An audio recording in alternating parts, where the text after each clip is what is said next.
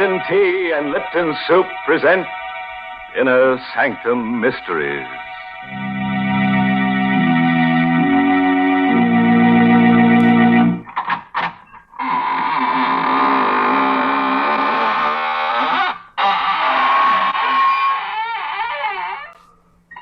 Good evening, friend.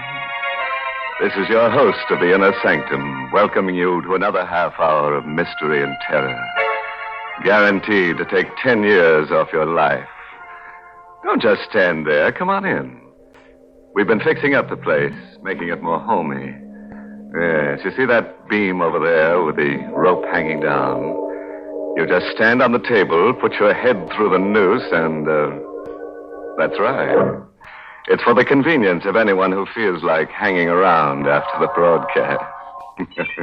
I wish you wouldn't say things like that. Oh, you're right, Mary. I'm a bad host. Here, I invite everybody to hang around, and there's only one rope. I guess we'll have to hang together instead of hanging separately. Now, please. Unless, of course, we want to hang ourselves with a black ribbon that comes with that Lipton sterling silver medallion. We've got plenty of them, haven't we, Mary? Well, I don't know. Thousands of women are writing in every day for that special sterling silver medallion. So I'd advise all of you ladies who want to own one to send in for it tonight. Yes, they're going mighty fast, because this medallion is made of solid sterling silver, and it's decorated with the Chinese symbol for good luck. The medallion is just the right size, too, about 1 inch in diameter. You can wear it as a necklace or a choker, because it's hung on a narrow black rayon satin ribbon, or if you wish, you can simply add it to your charm bracelet. And here's how you get this handsome medallion. Listen. Just send 25 cents and the box top from a package of Liptons, the tea with the brisk flavor, to Lipton Tea, Box 92. That's Box 92, New York City. All right, Mary. I'll write down the address on the cuff of my shroud. And now, friends, tell me, do you like holidays? Well, you won't after you hear tonight's story. It's called Dead Man's Holiday. And it's an original radio play by that cryptic mystic, Robert Sloane. Yes, and our star tonight is Myron McCormick, who plays the role of Eric. Not far from the waterfront, in a gloomy shack where death hovers near, a man stirs uneasily on a blood-stained cot. As he struggles for the last breaths of life, his tortured mind forces words to his lips. They don't have to tell me. I know I can't live more than a little while longer. And I don't want to live. I want this nightmare to end, as it should have ended long before that day I was hurt on the train. I remember it so clearly. Sitting in a coach, looking out the window, and then suddenly the train shuddered to a violent stop. The Joan lifted me clear out of my seat and threw me against the glass window, which broke as I hit it. For a moment, I was stunned. But in the back of my mind, I could hear the conductor quieting the passage. It's all right, please, it's all right, I tell you. Nothing serious has happened. We struck an empty car on the grade crossing. The engineer had a jam on the brakes. Is there anybody hurt? Anybody need a doctor around here? Are you The all right? conductor was coming down the aisle, questioning passengers, looking them over.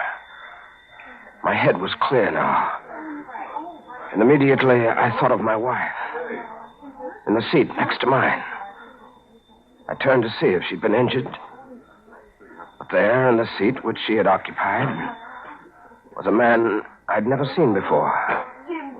He spoke to me. You all right?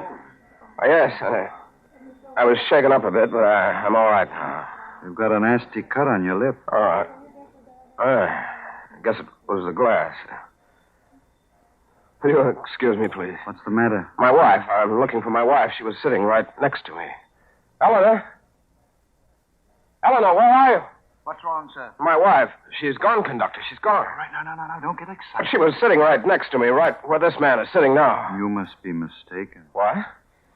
There wasn't any woman sitting next to you. What are you trying to tell me? My wife was sitting in that seat. All right, sir. If she's on the train, we'll find her. In the meantime, you'd better come with me and have that lip of yours attended. Not until I find out what's happened. Nothing's happened, mister. You're just a little dazed, that's all. Your wife isn't on this train. That's a lie. Why would I want to lie to you? I don't know what your reason is, but you're trying to hide something from me. I'm willing to swear you boarded this train alone. How do you know that? Because I've been sitting next to you ever since you got on.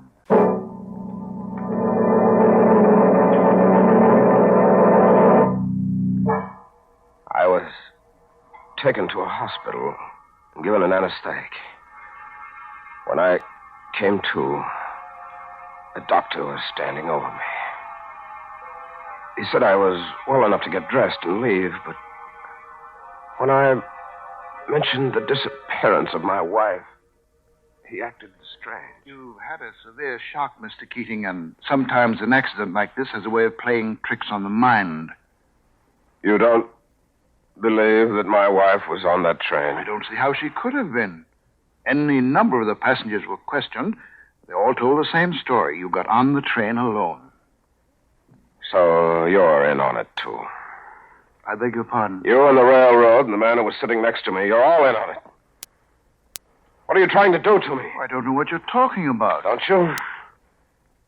Are you sure this isn't some kind of a plot to try and drive me out of my mind? I think you need a rest, Mr. Keating. Just look at yourself in the mirror there. You see how drawn you are? I'm all right. Good heavens. Doctor. What's the matter? My face. What have you done to me? What's happened to my face? Why, nothing. I had to put a few stitches in your lip, It's not my lip. It's my whole face. Why, you've done something to it. It's different. Mr. Keating. It is, I tell you. You've changed my face.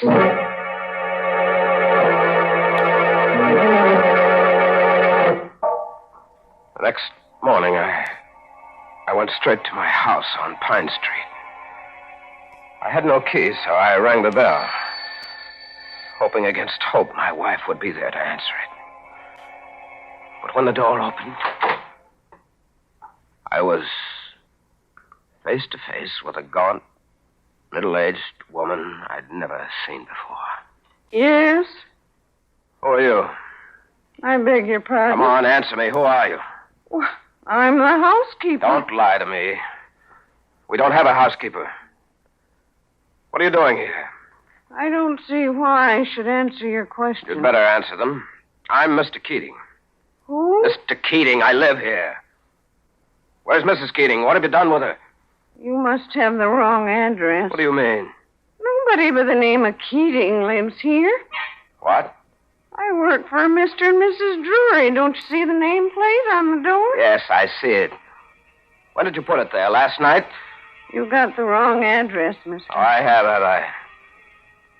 You see that picture over there? The one on the hall table? Yes? That's a picture of my wife. I beg your pardon, sir, but that's a picture of Mrs. Drury.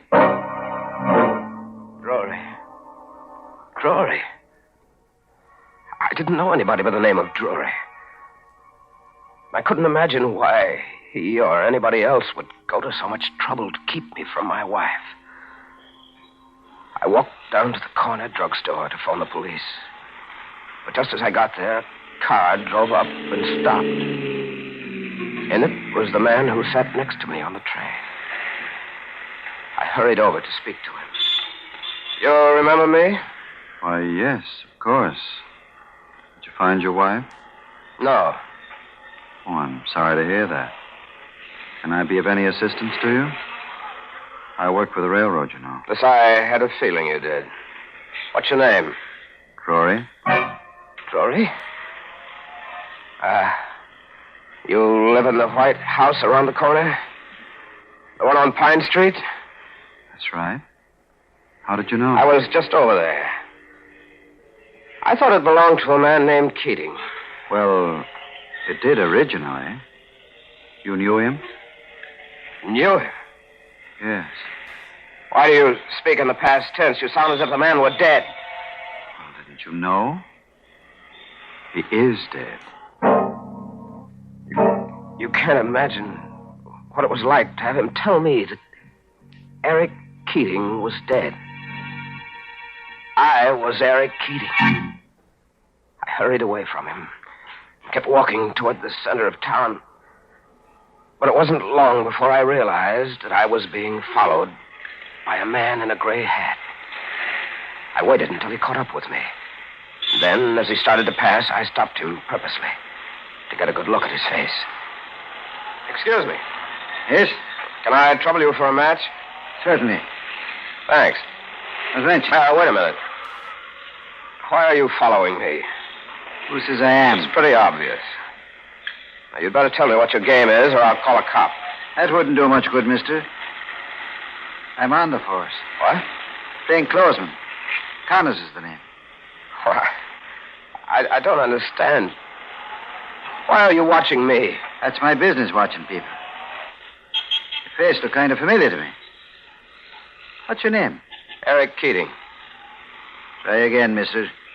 You better tell me the truth this time. I am telling you the truth. Why don't you believe me? Because I happen to know where Eric Keating is right now. I saw his grave just the other day. His grave? Yes. He's buried in the same cemetery as my sister. Been buried for 6 years. I had a feeling that Connors was lying. When he let me go a moment later, without proving my identity, I could have sworn he wasn't a detective. But I had to make sure. I had to catch him in a lie. I took a bus out to the cemetery. It was dark by the time I got there. But I had a flashlight, and with it, I saw the very thing I hoped I wouldn't find. A tombstone with my name on it. The shock was like a blinding light in the darkness, and for a moment I lost my senses. Insanely, I dug into the earth with a piece of sharp stone, determined to see the empty coffin or the bones of the man who had been buried in my place. What you doing, mister? Connors.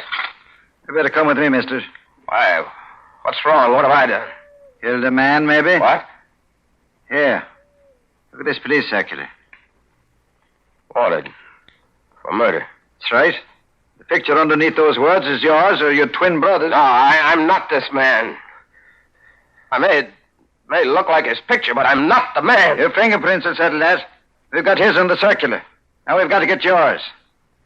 Any objections? Yeah. I won't go with you. Don't you hold it.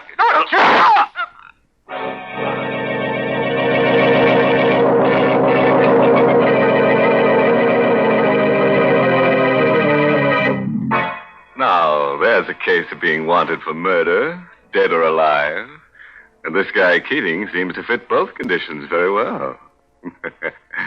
I'd hate to see him get killed, though. It'd be like killing two birds with one stone. I'm really sorry for that poor man. He's so confused. I should say so, Mary. Imagine digging up a grave and finding yourself in it. Hmm? Well, that proves that a man can be two places at the same time. Nonsense. That's impossible. But you know, as far as killing two birds with one stone is concerned, that's easy. Any lady can do that just by sending in for the Lipton sterling silver medallion. What? Yes.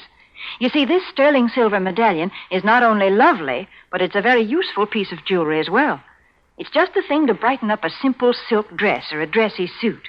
And it can be worn as a necklace or a choker, or simply by removing the narrow black rayon satin ribbon on which it's hung, you can add it to your charm bracelet. And the medallion makes such a smart appearance. It's made of real sterling silver, and it's decorated with the Chinese characters that stand for good luck. So you might say the medallion is a Chinese good luck charm. And best of all, ladies, the Lipton people are making it easy for you to own one of these handsome medallions. All you have to do is send 25 cents and the box top from a package of Liptons, the tea with the brisk flavor, to Lipton Tea, Box 92. That's Box 92, New York City. Well, Mary, if the medallion really brings good luck, I hope our friend Eric Keating sends for one, because he's going to need it. When we left him, he was telling us how a detective named Connors was about to arrest him for murder. Eric resisted, and they struggled at the cemetery. Connors fired a shot. A bullet went through my left arm before I could reach Connors with the stone I had in my hand. I pounded it against his temple, and he dropped to the ground, unconscious. Then I ran as fast as I could, holding one arm with the other, losing blood all the time. Somehow, I got away. I was exhausted by the time I staggered into the doctor's. Well, I guess you'll be all right now, Mr. Keating. Thank you, Doctor. Tell me, how did you happen to get this wound? I was carrying a jar, and I fell. Oh, you'd better not lie to me, Mr. Keating. The bullet was still in your arm. Who shot you? I don't know his name. Well, it would help a great deal if you did. I have to report this, you know. So you'd better tell me the truth. I will in a moment, Doctor, but first I'd like to ask you a favor. What is it? Do you know anything about fingerprints? No, not a great deal. Well, you must know something. Here, take a look at the ones on the circular. Hmm? Why is the circular torn in half? Never mind about that. Just look at the fingerprints. Mm-hmm. Now, look at the ones on my hand. Yeah? Would you say they belong to the same man? Unquestionably. Of course, I'm not an expert. No, neither am I. But I can see that those are my fingerprints, all right. Somebody's done a perfect job of framing me. Either that, or I'm a murderer. Mr. Keating, suppose I just report my work to the police and let it go at that. I can't let it go at that. Don't you understand? I've been framed every possible way. And if I let it go, I'll be sent to the chair. No, not if you're innocent. I can't take the chance. Well, I'm very much afraid you'll have to. I reached for the paperweight on his desk. I crept a little closer. And then... Keating, put that down! You fool! I struck him hard on the side of the head. His body dropped to the floor, and I bent over him. My heart was pounding against my chest. Something in the back of my mind kept driving me on. A voice kept saying, "Kill him! You're a murderer! Kill him!"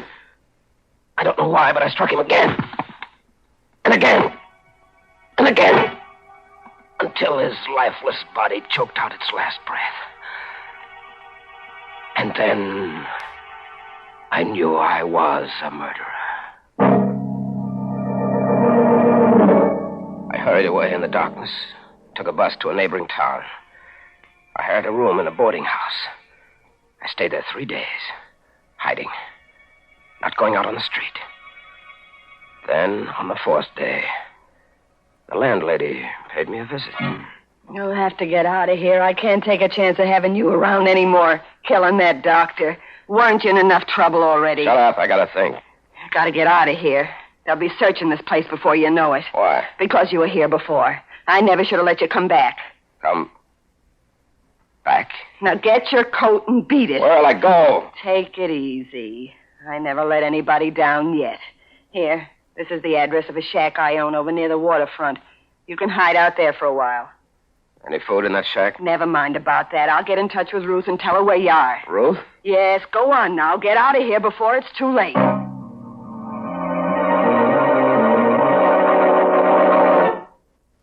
I waited in the shack for 2 days before this girl, Ruth, showed up. When she did get there, the first thing she said was... Gosh, you look terrible. Yeah, I know. I've been through a lot. Well, start working on these groceries. You must be starved. Yeah, thanks, I am. I never thought I'd see you again. Huh? Why'd you do it? I couldn't help myself. He was going to turn me over to the police. I don't mean the doctor. I mean Richie. Who? Richie? What are you looking at me like that for? I'm just trying to think. You should have done some thinking before you buried his body where you did. They found it the next day. Stop it, will you? I'm going out of my mind. What's the matter? Richie, Ruth, Drury, the landlady. When is it going to stop? Hey, take it easy. I gotta get out of here. I gotta get out of here right now. Don't be crazy. You'll get caught. I don't care. Have you got a car? Yeah, but... Come on. Let go of me. Let go. You hurt me. Come on. Where? Where do you want to go? Back to my house. I've got to find my wife. In the dark, we drove to my house on Pine Street. Ruth waited for me in the car as I sneaked into the garage and came up through the cellar entrance. The house was dark, except for a light in the study. My wife was sitting there, alone, reading a book. I tried not to frighten her. Eleanor? Eleanor? That you, George? No, dear. It's Eric. Oh, good heavens. Who are you? What are you doing here? Don't you recognize me, Eleanor? No. No, get out of this house. Get up before I scream. Darling, I've got to make you understand. I'm your husband, Eric. You're insane. Eric is dead. No. You mustn't believe what they've been telling you. It's all part of a scheme I can't understand, but they're against us, Eleanor. They're trying to keep us apart. Eric is dead. Don't say that, He darling. died 6 years ago. And you're in on it, too. You want it this way. What do you mean? You and Drury want to be together. That's why you framed me. George Drury is my husband. Is he? Yes, we've been married for 3 years. You can't get away with this, Eleanor. I won't let you have it. I tied her to a chair and gagged her so that she couldn't scream or call the police. Then I left the house and got back into the car with Ruth. We waited there about 10 minutes. And then I saw the man I'd been waiting for. George Drury. He was walking down the far side of the street on the sidewalk. And I knew he'd have to cross over to get to the house. So I started the car. What are you doing? Getting ready. He's got to cross the street. He's got to. What are you going to do? Run him over. No. Let go of me, you fool. I'm crossing now. No. Shut up. No. I'll hurt you in cold blood. Where are you going? To pick up the body. Stay where you are. I'll be back in a second.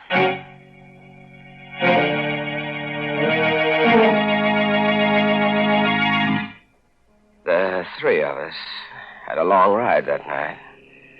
Ruth, George Drury's body, and myself. Automatically, I seemed to know where I was heading. Even though I had no destination in my mind. I made one turn after another, unconsciously almost, until at last I came to a dark stretch of road along a railroad track. I stopped the car and got out. What do you think you're doing? Don't ask any questions. I'm burying the body here. Are you crazy? Why? Don't this place look familiar to you? Huh? Yes, I think it does. Can't remember why. You lost your mind completely. Will you stop talking like that and tell me what's wrong with this place? Why can't I bury the body here? Because it's the same place you buried Richie. Richie. Who is Richie? Why am I wanted for his murder? You're wanted because you killed him in cold blood just the way you killed Drury. Only Richie was your partner. You pulled all your jobs together. It couldn't have been me, Ruth. Not me. I didn't know Richie. I'm Eric Keating. Is that your real name? You never told me the real one. All right, but What's that? Sounds like... Yeah, it's the police. Quick, we've got to get out of here.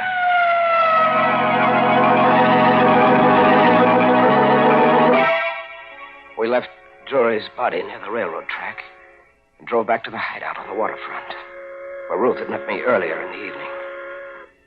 There, I began to sew the threads of a horrible story which had been my life for the past 6 years. The first time I saw you was about 5 years ago. And I looked as I look now. Yeah, more or less. You just had a plastic surgery job done. You told me it was because your face was burned, only I didn't believe you. Yes, that was true. My face was burned, badly. How? Yes, I'm beginning to remember. A railroad accident just about 6 years ago. The car I was in caught fire. I struck my head trying to climb out of a window. You mean you lost your memory from that blow? I must have. I must have wandered away from the scene of the wreck, not knowing who I was. And you began a new life with people like Richie, huh? Yes. I began to steal. But your wife and the railroad company give you up as dead. I can understand that. There were charred bodies in that wreck, charred beyond recognition. When I didn't show up, they must have listed me as one of them and buried another man's remains in my place. I wish it had been me. Oh, Eric, that's awful. All the while you were suffering from amnesia, your wife thought you were dead. I didn't believe her when she said she'd married this fellow Drury. Oh. Funny how I sat next to him on the train that day. The jolt sent my mind back 6 years. And I thought I was Eric Keating, coming home from a trip with my wife. Who's there? Come out with your hands up, Keating. It's the police. They got this place surrounded. You better do what he says, Eric. What for? Why prolong the agony any more than I have to? Eric, Don't you better... call me Eric. Eric Keating is dead. Now let this other man die the way he should have died. Eric, don't be a fool. You can't get out that window. The cops got it covered. I know it, Ruth. I know it. It's all right. I wanted it just this way.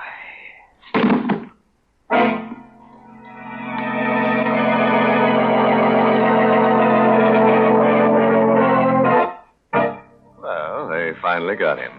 And this time they'll give him a grave he can call his own. I just hope he stays put this time instead of wandering as a ghost. A guy like that might not remember where he was buried. I'm glad he's finally at rest now. Oh, don't be so sure, Mary. That guy needs a tag on him. Maybe you ought to send him one of those sterling silver medallions. Yes, and we'll get all his aliases engraved on it, too, so the other ghosts will know who he is. Don't be silly. There aren't any ghosts.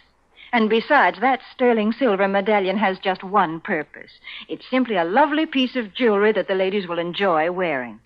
And ladies, to get the medallion, all you have to do is send 25 cents and the box top from a package of Lipton's, the tea with the brisk flavor, to Lipton Tea, Box 92, New York City.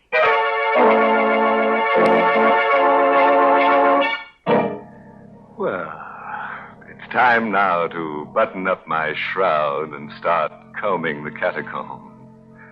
If you insist on a moral for tonight's story, try this.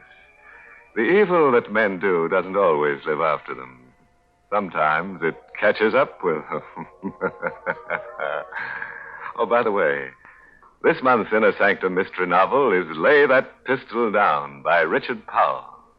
And oh, yes, next week's Inner Sanctum story, directed by Hyman Brown and brought to you by Lipton Tea and Lipton Soup. Next week's story is a real chiller-diller. It's about a man who owes a debt to society, and he tries to pay it in blood, only to discover that in so doing, he has to pay a stiff price. Well, now it's time to close the squeaking door. So, good night. Pleasant dreams.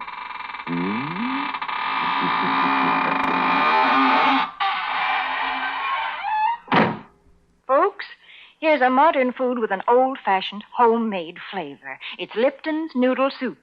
And now, especially when the weather's so warm, try serving Lipton's as the one hot dish in a cold meal. Your family will love Lipton's famous chickeny taste.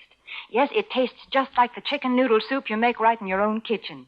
And Lipton's has got the same good herbs and flavorings, too. The same tender golden egg noodles. But listen, Lipton's noodle soup comes in an envelope, and it only takes a few minutes to prepare. Of course, sometimes it's hard to get in some stores these days, but there's lots of good things scarce in wartime. So remember to ask for Lipton's noodle soup. And remember to tune in next Tuesday night for another Inner Sanctum mystery. This is CBS, the Columbia Broadcasting System.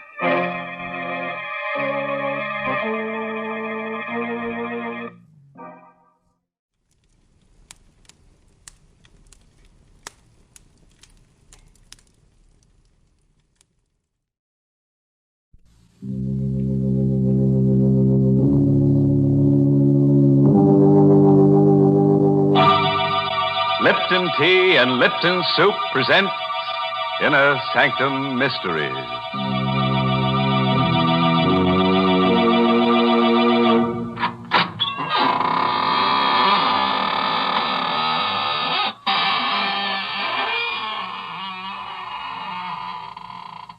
Good evening, friends of the Inner Sanctum. This is your host, welcoming you in through the squeaking door. Come in, see my latest collection of corpses. I've dug up some very interesting pieces, but of course I had to pay a stiff price. This petrified man, for instance, he's over 100 years old. They found him in a forest. That's right. Aged in the woods.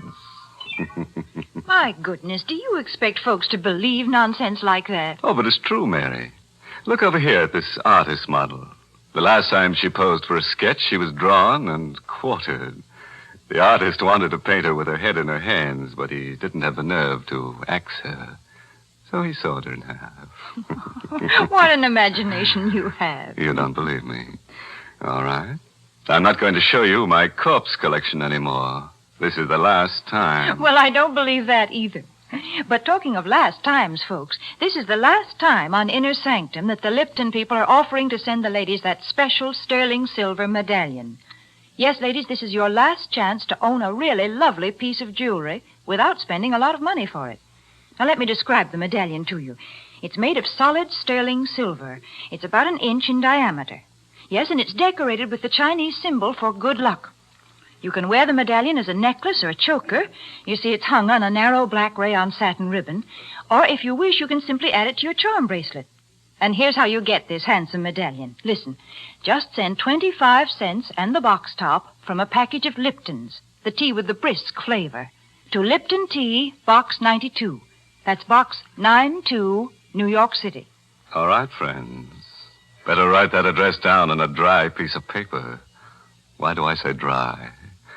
Because everything will be wet by the time we're through here. Wet with gore. Tonight's story is called Dead Man's Debt. It's an original radio play by Robert Newman. And our star tonight is Joseph Julian, who plays the role of Danny. The corner cell in the courthouse jail. Stone walls, stone floor, and a hard cot. Lying on the cot, huddled under the blanket, is Danny Gorman. His eyes are closed and his breathing is regular. But even he is not sure whether he's asleep or awake. For he's listening to a voice he's heard quite often during the past few weeks. And a voice he shouldn't be able to hear. A voice of a dead man. Are you sleeping, Danny? Don't. It's a waste of time. A real waste. You'll be sleeping for a long, long time, very soon. When you're dead like I am. No. Yes, Danny. Did you think you were going to get away with it? You won't. You'll pay. And soon. No, I said no. Shut up, will you? What's the trouble in here? What are you making all that racket for? What? Better pull yourself together and get moving. Waiting for you downstairs, court's in session. All right, don't rush me. I'm coming. I'm not rushing you. Sure glad to be rid of you. Glad you won't be coming back here again. What? What do you mean? They'll wind up your case this morning. Hand down a verdict before lunch. 2 to 1, they do it without leaving the jury box. And 10 to 1, it's guilty.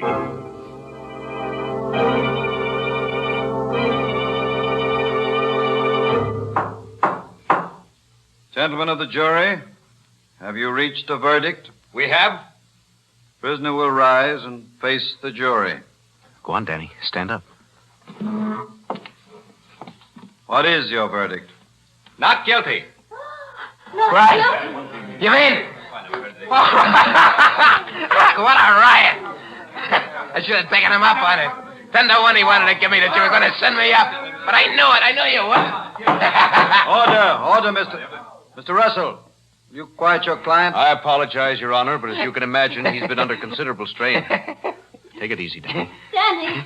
Oh, Danny. Hello, Gail. Hiya, baby. I knew it too, Danny. I knew they'd let you go. They had to.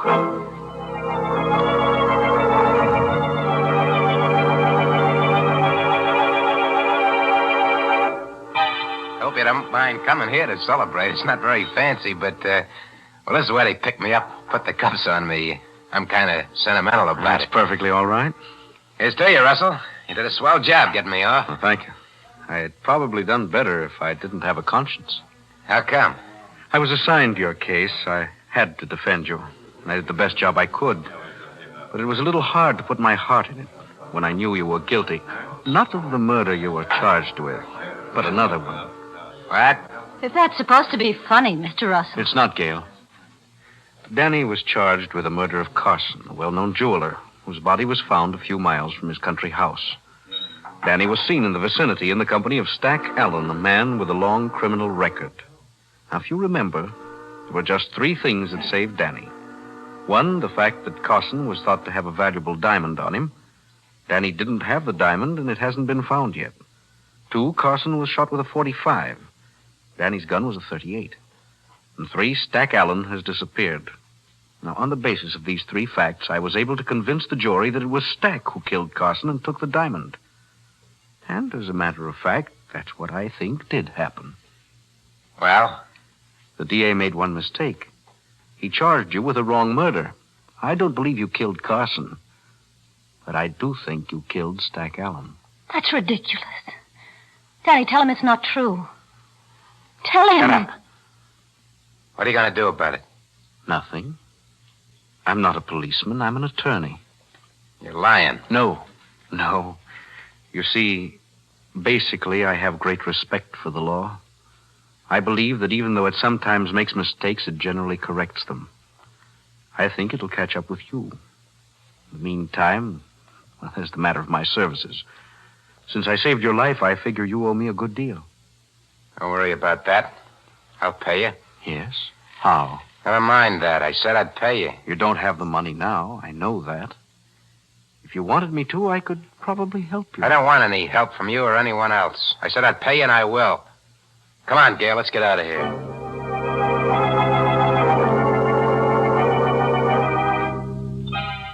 you sleeping again, Danny? That's a mistake. A waste of time. You'll be sleeping for a long, long time when you're dead like I am. Stack, no, leave me alone. I can't, Danny. Not until you pay for what you did to me. And you will pay for that. And soon. Who's that? Who's there? It's me, Danny. Gail. Oh. Okay, just a second. Hello, Danny. Hi. Starting to get a little worried about you. You all right? Sure, I'm all right. What is there to worry about? Well, it's been a week since I saw you. I've been hearing things. That you were hanging around with the old gang again. With Frankie. So what? You mean it's true? Danny, you shouldn't. You know what almost happened, what would have happened if it hadn't been for Mr. Russell. Russell. You wouldn't be here now if it wasn't for him. Danny, you said you were going straight, and instead, he wanted to help you, remember? How are you, Danny? Russell, what are you doing here? Look, if you're worried about your dough, I told you I'd pay you. I never said anything about money, Danny. And I'm not worried about being paid. I'm a firm believer in balancing accounts. We pay for everything we do. What are you driving at? You killed Stack Allen for the diamond you took from Carson. But you never got the diamond. Suppose I help you find it. What? How do you know where it is? I don't know. I'm only guessing. But if you show me where you buried Stack's body, I think maybe we can find it together. You're just trying to trap me. Tag me with Stack's murder. I told you I was an attorney, not a policeman. Okay, I'll take a chance on it. Get your car, I'll show you.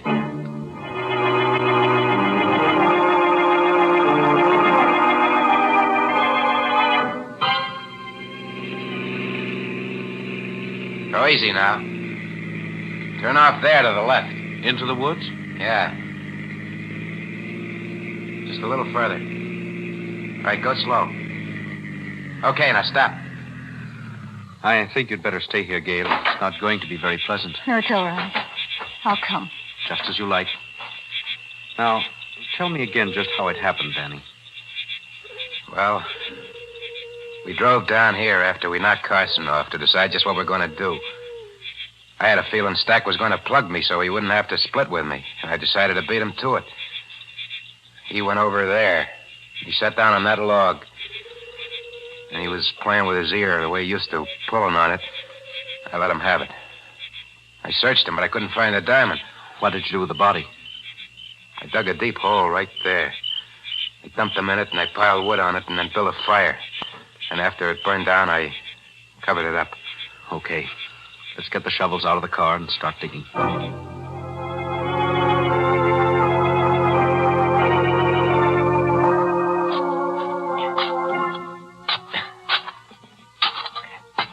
Hey, my shovel hit something. I think it's him. Gail, will you go back to the car? No, I'm going to stay.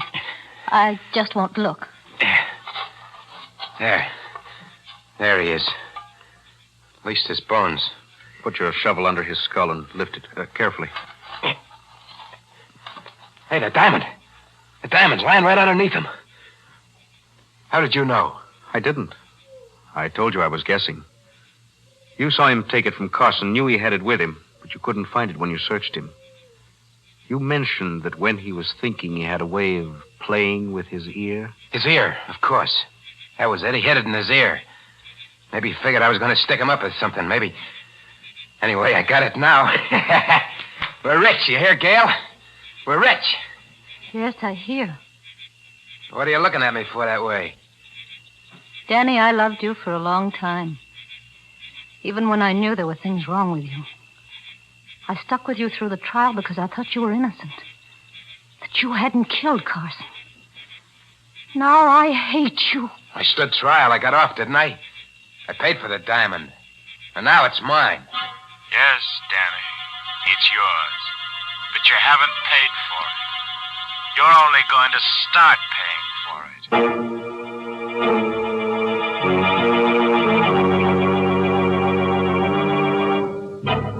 There's our friend, Mr. Bones, again.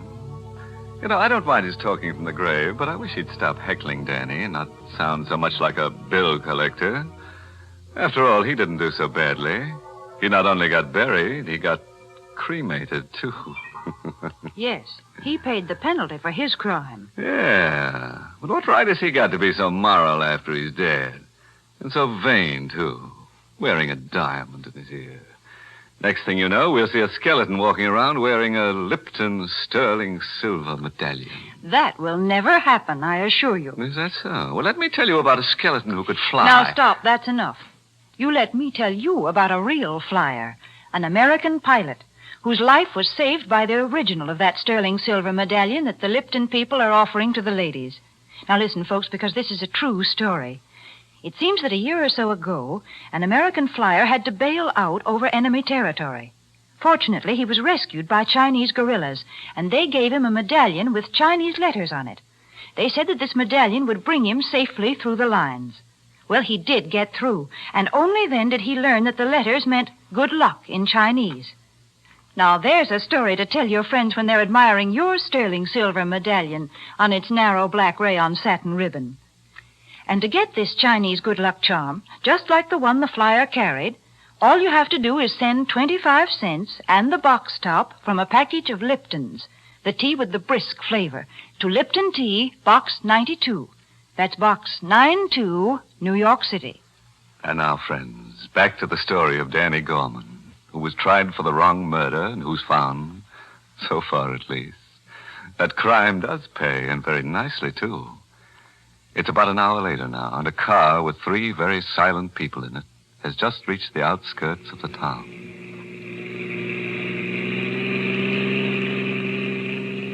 What's the matter with you two, anyway? What are you sitting there like a pair of mummies for? Why don't you say something? I said everything I had to there in the woods, Danny. I've got nothing to say. No, nothing at all. Don't try and pull a lily act now, Russell. Don't forget, you're in this as deep as... Hey, wait a minute. Stop right here. Yeah, that's right. In front of that hock shop. Where are you going? Inside to see a friend. Might just as well get the dough to pay you off right now. And I won't have to listen to any more of your double talk. Hello, Finney. Well, Danny. Haven't seen you in a long time. And I didn't think I'd ever be seeing you again. How come? Yeah, I thought that anybody who'd just beaten a murder rap would have sense enough to keep in the clear. Not get mixed up with anything hot. Or is this a social visit? Not exactly. Take a look at this. It's a very nice diamond. Very nice indeed. What's it worth? Well, you really want to know what it's worth? You want to know what I'll give you for it? What's the difference? A great deal.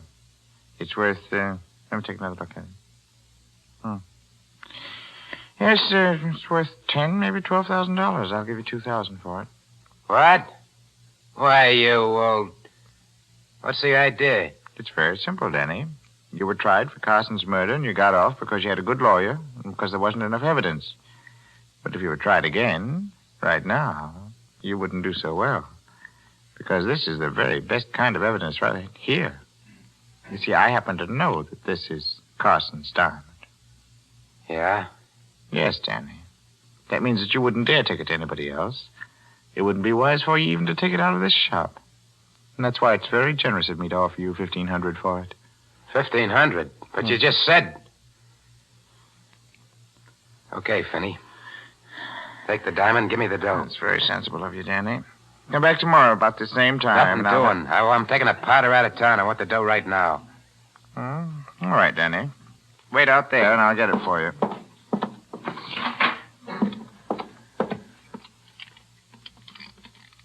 $7,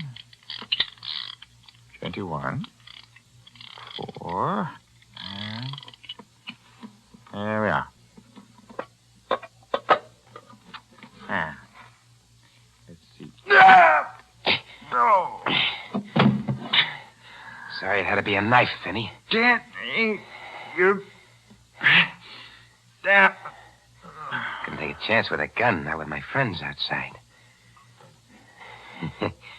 Shouldn't have driven such a hard bargain. Because now I'm not only going to take the diamond back, I'm going to take every cent you got in the safe. After all, it won't do you any good anymore.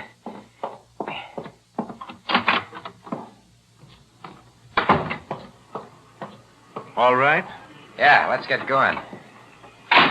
You seem quite pleased with yourself. Why shouldn't I be? Get rid of the diamond, and I finally got my hands on some real dough. I can pay you off now. What do I owe you? I told you, Danny. A great deal. Your life. Okay, don't build it up. What do you want in cash? I never said anything about money, Danny. There is something I want. When the right time comes, I think I'll get it.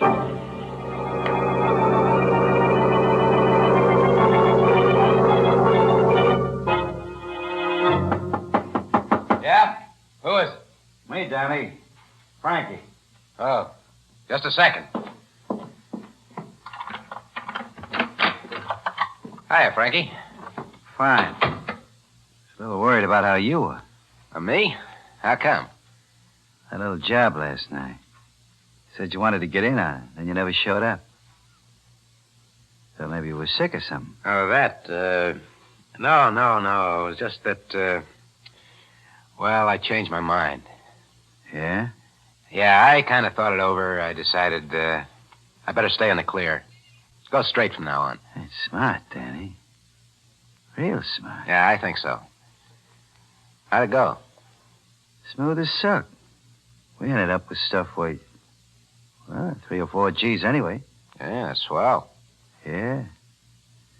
It's only after it was all over that we ran into something kind of funny. What was that? Well, the stuff was kind of hot, and we thought we ought to unload right away, so we went down to Finney's. You know, the fence. Huh. We got there, it didn't seem like there was anyone around. I took a gander in the back room, and you won't believe this, but the safe was open. Cleaned out. There was Finney, dead. What? Well, you have any idea who did it? I don't know. He'd been knifed. Whoever got him left in such a hurry they forgot to take the knife with them. I got it right here. Well, let's see it. No, don't touch it, Danny. You might get your fingerprints on it, and that'd be bad. I said don't touch it. I'll try any monkey tricks or I'll blast you for keeps. So you were going straight, eh? You mealy-mouthed double-crosser. Where's the diamond? What are you talking about? Don't give me that. Think I know your knife when I say it? There's only one reason you'd go to see Fenty. To cash in on that diamond you and Stack took from Carson. Well, I want it. Okay. Okay, Frankie, you can have it. I've been having nothing but tough luck ever since I first laid eyes on it. It's over there in my bureau, hidden under my socks. I'll get it for you. You're starting to show some sense. Yeah, I think so. More sense than to let you leave here knowing what you know. Now, get my friend the lawyer down here. Everything will be hunky-dory.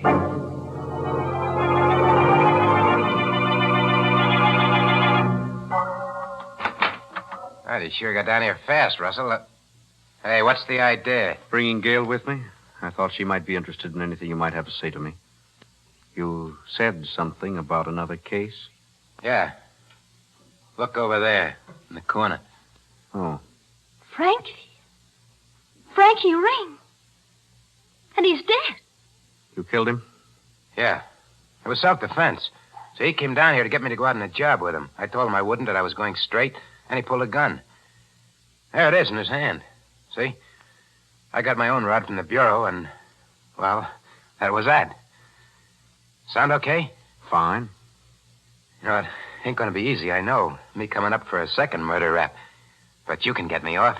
I got plenty of dough this time. I can really pay. The thing is, what do we do first? We don't do anything, Danny. There are a lot of things you can do. But my suggestion is that you call the police. Give yourself up. What? You mean you're not going to take this case? No, Danny. Why not? You fronted for me the last time. Yes, Danny, and I told you why. I was assigned the case, couldn't turn it down. Besides, you were being tried for the wrong murder. But this time it won't be the wrong murder. It'll be the right one. This is the one I said was finally going to catch up with you.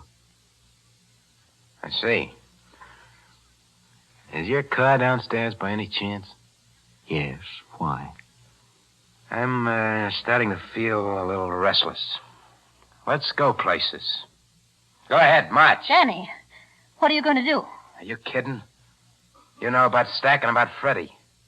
Somehow I don't think I'd sleep so good knowing that you knew. Besides that, there's one more you don't know about, Finney. I got him yesterday while you were waiting in the car. After your first three, they started to come easy, even dames. We're going to take a little ride together. But I got a feeling we're not all of us coming back.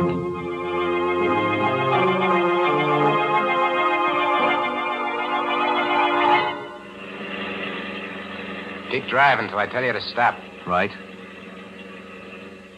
You're taking this awful quiet, the two of you. Maybe you don't think I'm going to go through with it. Oh, I think you intend to, all right. Whether you will or not is another story. So is the reason I'm taking it this way. Maybe this is as good a time as any to tell you a few things. Why I took your case in the first place. Well? It was because of Carson. He was my father's best friend. Kind of a second father. It was he who put me through law school. When he was murdered, I made up my mind to get to the bottom of it, find out who killed him. I didn't think it was you, and it wasn't. But you were involved. And I knew that if I helped you get what the murder was committed for, the diamond, eventually you'd pay for the murder you committed. Well, now you've got not one, but 3 murders to pay for. What are you stopping for? Railroad crossing. There's a train coming. Can't you hear the bell? Told you to keep going till I said for you to stop. Okay. Hey, what's the idea? You stalled the car. Yeah. To make sure it stays stalled, I'll just take these keys. Danny, we're right on the track. Yeah. This is it. You fell in love, see? You ran away together, smacked into the train. Now, don't try the doors. They're locked. I'll just wait over here and make sure everything goes the way it should. Well, Gail? Somehow I'm not frightened. And I don't care. Hey, my foot! My foot! It's caught in the train! Hey, it's not coming down your track. It's coming down this one! Hey, Russell! Gail, help me! Help!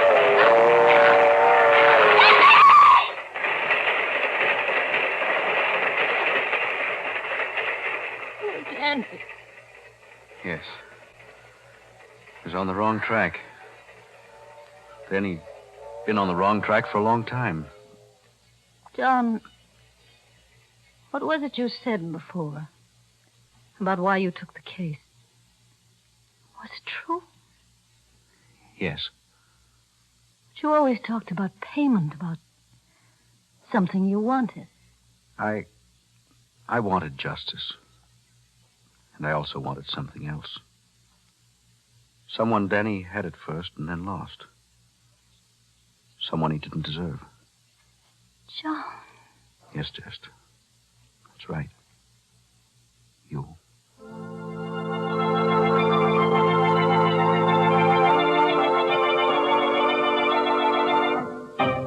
Say, what is this anyway? Inner Sanctum or Love's Old Sweet Song?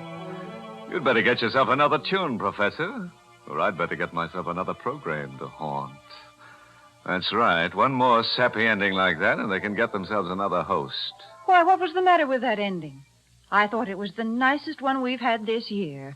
I thought it was sweet the way those two people discovered they loved each other. Listen, Mary, there's only one kind of sweet stuff that goes on this program, and that's sweet essence of cyanide. Oh, good gracious. This is the last show of the season. Can't you be human just this once? All right, Mary, I'll tell you what I'll do. When Gail and that lawyer get married, I'll send her a Lipton sterling silver medallion for a wedding present. Well, they'll have to get married real soon, then. Because this is the last time on Inner Sanctum that the Lipton people are offering to send that special medallion. Yes, ladies, this is your last chance to get a solid sterling silver medallion hung on a narrow black rayon satin ribbon.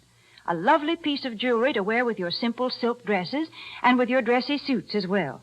So you'd better send for your medallion tonight. Just send 25 cents and the box top from a package of Liptons, the tea with the brisk flavor, to Lipton Tea, Box 92, New York City.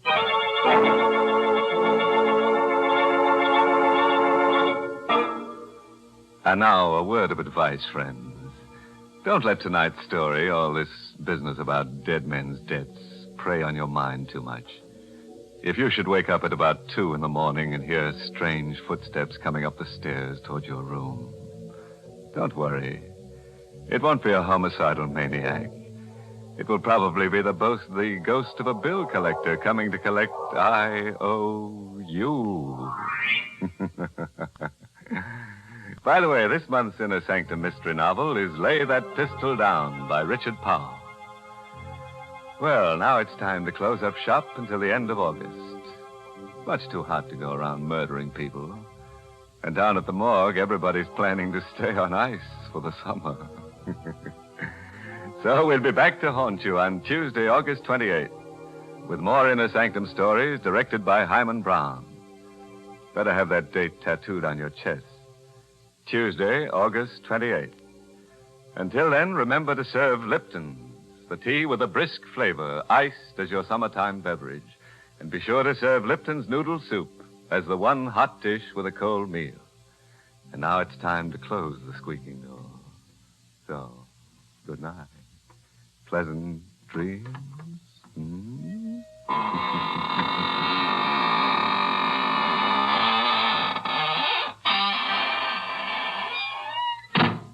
This is CBS, the Columbia Broadcasting System.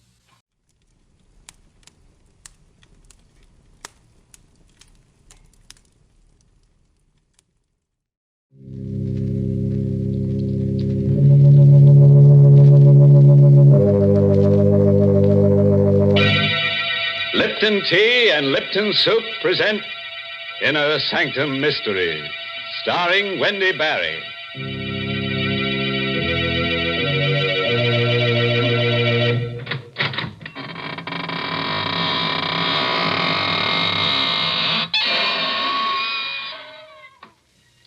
Good evening, friends of the Inner Sanctum.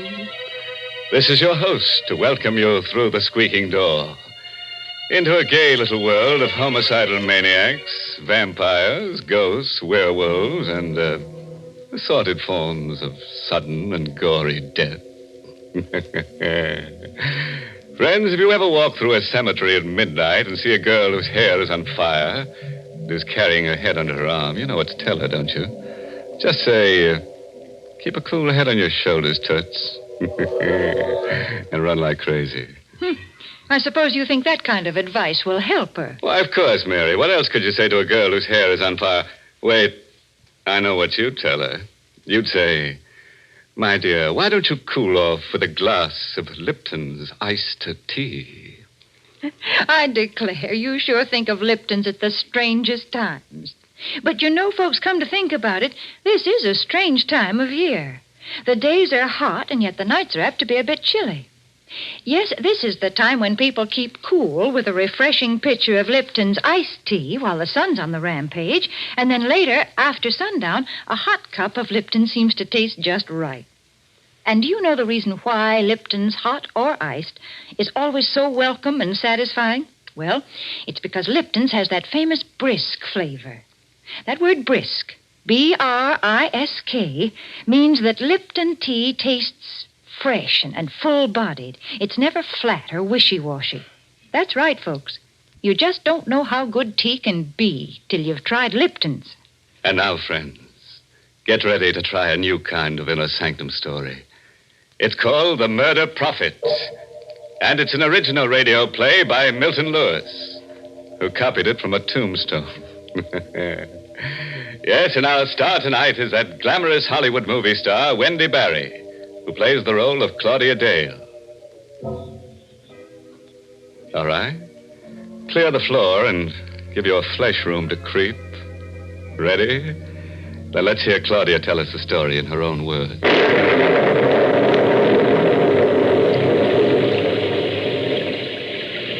At exactly midnight, I saw him for the first time. My headlights picked him up when he hailed me along a lonely stretch of road near my home.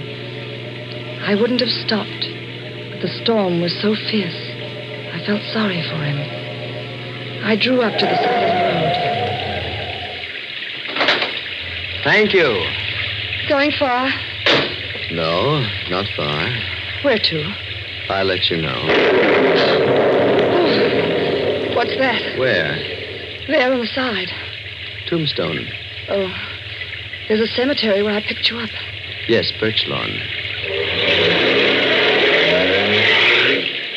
Cigarette? No, thank you. I don't smoke.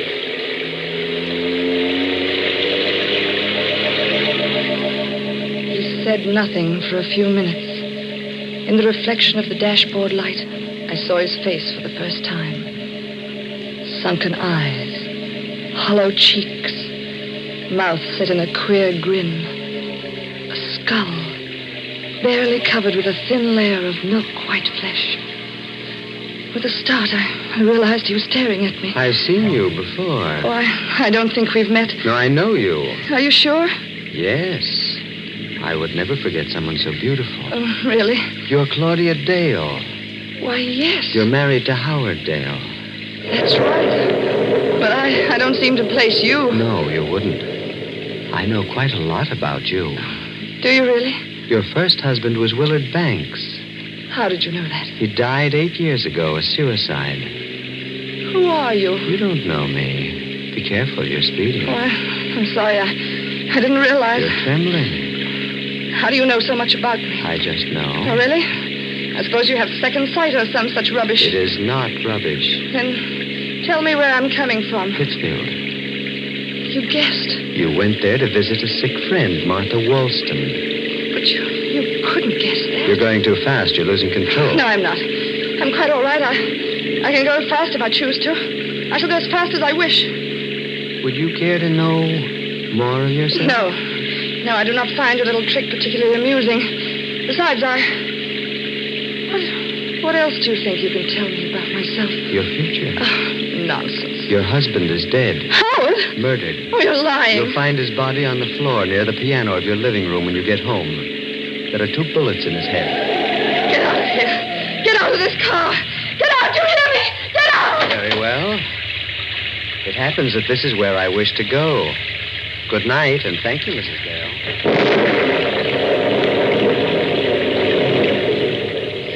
He vanished into the shadows on the side of the road. And then I noticed something white and shining queerly in the spot where he disappeared. I looked closely. It was another tombstone in another cemetery. I raced madly for home, fighting the hysteria that seized me. The nightlight was burning in the living room. It couldn't be true. Howard would take me in his arms and kiss me when I stepped into the house. I rang the bell. No answer. Somehow I managed to get the key in the lock. I ran into the living room. Howard! Don't move. Oh, who is it? I'm right behind you. I've got a gun. Oh, a gun. Do it in the body. Who are you? Turn around. Oh, you murdered Keep him. quiet. Oh, don't come near me. Sit down. Don't touch me. I said sit down. Oh. Sorry I had to slap you. You're losing control. You don't have to scream for the police. Here's my badge. You? Detective Sergeant Quinn.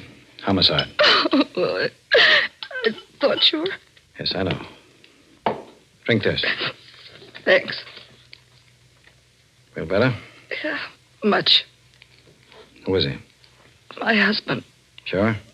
Positive. When was he killed? About 20 hours ago.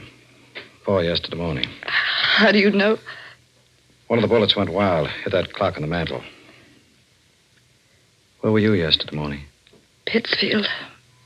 I stayed with a sick friend, Martha Wallstone. Here, look at these things. I took them out of his pocket. They all his? Yes. Where's the snake ring? There were no rings. But he had one. It was quite valuable. He was never without it. I gave it to him. All right, now look. Did he wear it on the third finger of his left hand? Yes. There's a mark, but no ring. When did you come here? I drove in behind you. You left the front door open. I think I know who killed him. Who? A man I met on the road coming here. He knew my husband had been murdered. You did, huh? He even said his body would be near the piano. When did you see this guy? Oh, 10, 20 minutes ago. Picked him up on the road. Where?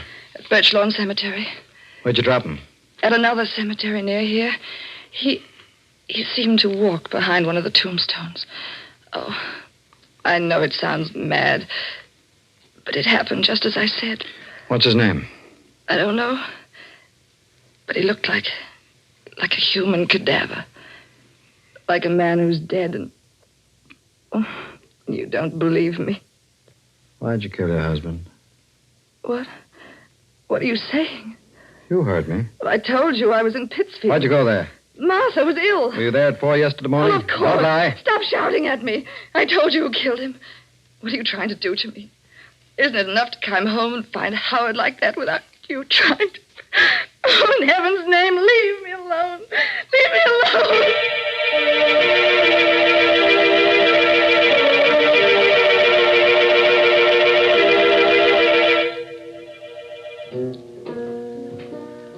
Not a scotch, lady? No, thanks.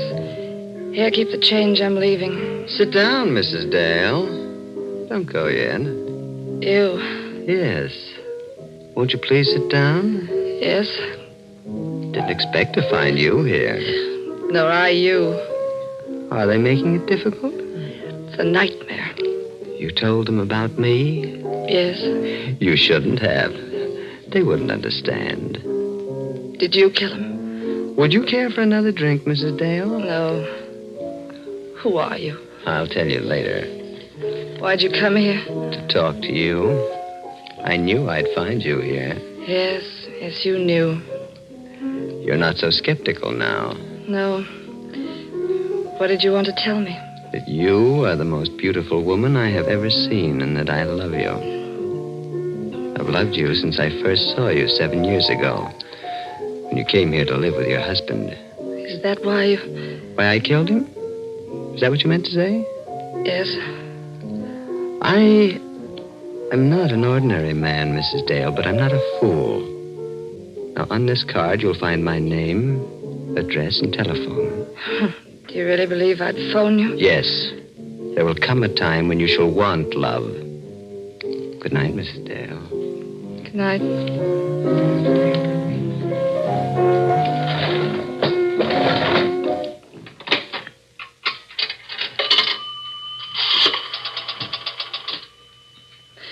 Hello? Operator, Get me police headquarters and hurry, please.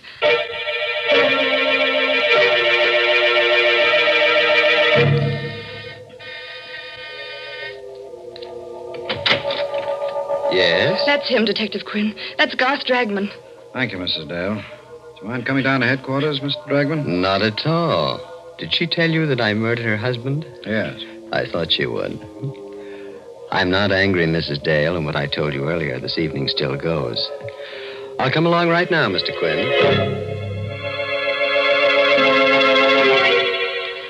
I didn't sleep a wink that night. Twice I got out of bed and drove to police headquarters. The lights were blazing in Quinn's office.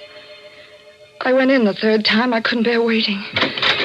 Oh, Miss Dale. Well? Glad you stopped by. We checked everything Dragman said. Seemed he was in the same bar and grill where you met him tonight when your husband was killed. You believed him? Naturally. Bartender and several regular customers backed up his story. Seems they all left together after the place was closed to play poker. Well, what about the things he said to me in the car?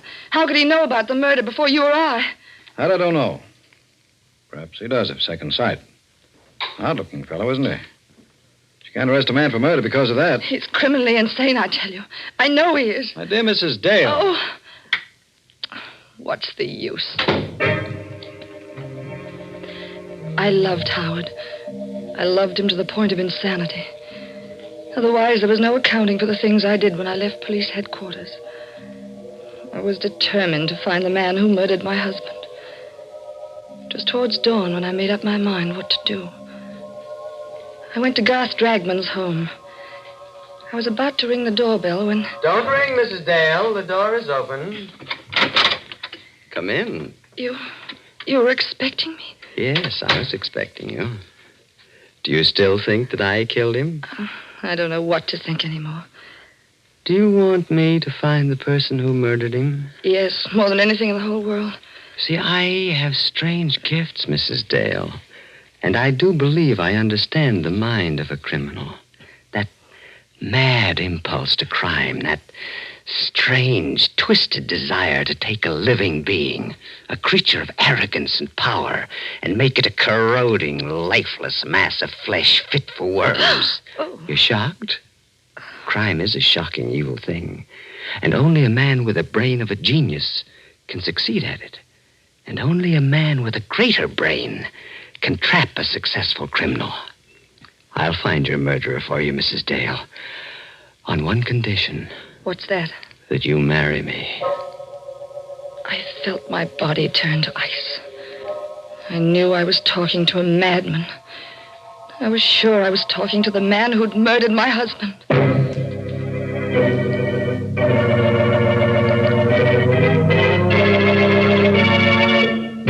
Oh, shucks. It's not so hard to predict a murder. I can do it. It's easy.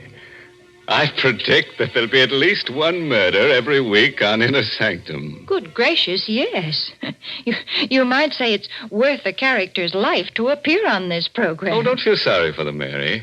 Don't forget they can always make a comeback as a ghost on next week's show. In fact, I predict that Claudia's husband will be around one of these Tuesdays. All right, now it's my turn to make a prediction. And I predict that during the coming fall and winter, more people will drink Lipton tea than any other brand. Oh, you said that last year. Yes, and it came true then just as it will now. Folks just naturally seem to prefer Lipton's. If you'd ask a tea expert to explain this preference, he'd say it's because Lipton's has a brisk flavor. You see, that word brisk, B-R-I-S-K, is a technical word. Brisk means that Lipton tea always tastes fresh and tangy. Yes, full-bodied and vigorous, never flat or insipid. So, folks, even if you're not a regular tea drinker, you should try Lipton's. That brisk flavor makes all the difference in the world. All right. Let's get back to the other world now. The world of creeping, crawling horrors. I'll bet you think that Garth Dragman can't really foretell murders. Or do you think that Claudia doesn't have the courage to trap this homicidal Romeo? Or is he the killer? Yeah. We'll let our star, Wendy Barry, in the role of Claudia, tell you. Go ahead, Claudia. Shock him into the shakes. 2 weeks later, I married Garth Dragman. He was the strangest man I ever knew. He would disappear for days at a time, and then suddenly turn up without warning. He had all the money he wanted, yet I never knew where it came from. There was a closet in his room which was always kept locked and bolted. I knew from the way he acted about it that the closet contained the answer to all the things I wanted to know about him.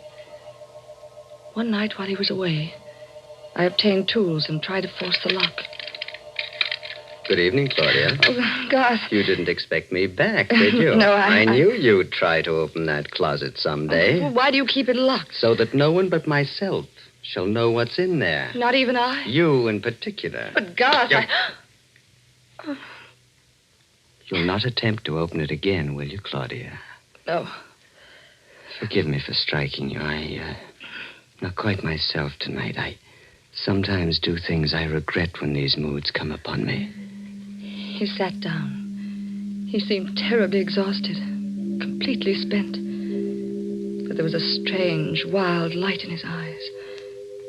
He seemed like a man intoxicated with some strange drug that few men know the taste of. You do forgive me, don't you, Claudia? Yes, of course. See, it's something that few people know, Claudia, but a person who has extraordinary powers carries an extraordinary burden. You mean your gift of prophecy? Yes, I didn't want to mention it. It seems to upset you so. It doesn't frighten me any longer. Did you read in the newspaper about a woman's body being found in the river? She'd been murdered, garroted. Yes, it was in this evening's paper. They don't know who she is. I can tell you who she is. Josephine Ford. The stupid girl, Claudia. I could have told you that she'd be murdered 3 days ago. How do you know these things? Because I see them. A sort of vision. Now I'm seeing another vision.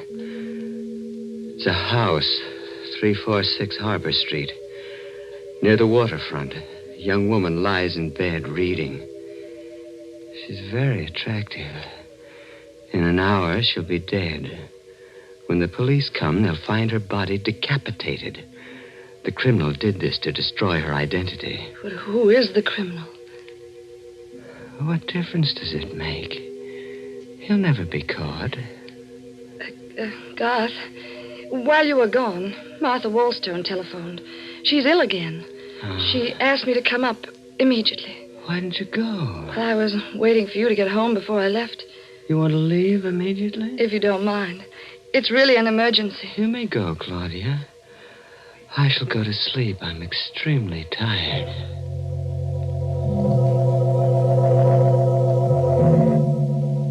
It took only a few minutes to get to the waterfront.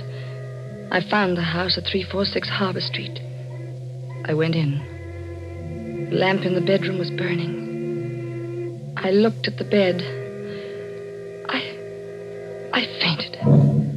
Hey, Mrs. Dale. You think you can sit up now? Detective Quinn. Yes. Hardly expected to find you here. I came because Garth Dragman predicted this would happen. Oh, Mrs. Dale. You still don't believe me? You're a strange woman, all right. You accused this man of killing your husband, and then you married him. I suppose you're going to accuse him of this murder, too. Yes, this and heaven only knows how many others. Miss Dale, do you realize that you haven't got a single piece of evidence to back up your contention? I'll get the evidence tonight. Will you let me have a gun? No. Will you be near my house? I'll need protection. Oh, after all. What must I do to convince you what he is? I've risked my own life. I'm willing to risk it again. He's a monster. You're going to wait until he murders me before you believe what I say. All right. I'll give it a try. I'll come back to your house with you. If you want me for an emergency, smash the window pane. We drove back together. I dropped Detective Quinn on the corner. The house seemed deserted when I came in, but I wasn't taking any chances. I went to the kitchen, got a knife, hid it in the folds of the long-sleeved gown I was wearing. I went into Garth's room. He wasn't there. But the closet door was open. What I saw in there nearly made me ill. Clothes. Garth's clothes. Some of them soaked in blood. I forced myself to examine them. Then I found something that made my heart beat faster. A little jewelry case. I'll take that, Claudia. Oh, Garth. Give me that jewelry case, Oh, no. please. No, don't take it. Thank you. Garth. Get away from that window, Claudia. Go on. Oh, don't shoot, Garth. You were so anxious to see what's in that closet. Well, now you have. And perhaps you'd like to see the latest addition to my collection. It's in this box. That box? Yes, Claudia. A hat box. Garth! Sit down, Claudia. What are you going to do? Tell you who killed your husband. You? No. You. You're insane. I've written out a confession for you to sign. What'll happen if I don't sign it? Well, I credited you with more imagination. Would you like to hear it? Yes. Yes, read it, please. Sit over here, away from that window. Yes. I, Claudia Dale, murdered my first husband, Willard Banks, for his insurance by administering poison. My first husband? Yes, Claudia. See, I mean to make this document strong enough to send you to your death if I wish. I've got all the details here, just how you murdered your first husband, how you killed your second. Shall I go on? No. You know it's all a lie. Will you sign it? Of course not. Just what is your game anyway? If you want to kill me, why don't you shoot? You've been very successful before. There's no reason you shouldn't succeed again. Go on, shoot. You put me in a very difficult position, Claudia. You see, you have found out certain things about me.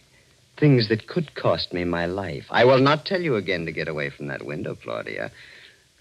I should prefer to see you live because I love you. But I shouldn't hesitate to murder you. You love me? Yes. You haven't taken me in your arms once since I know you. The right time had not arrived. What do you consider the right time? When I feel that you understand me. When I feel that you, who murdered two men, understand the deep and strange cravings and desires that race in my blood. You really believe I'm a murderess? Of course. That's why I love you. Then the time is now. The time? To take me in your arms.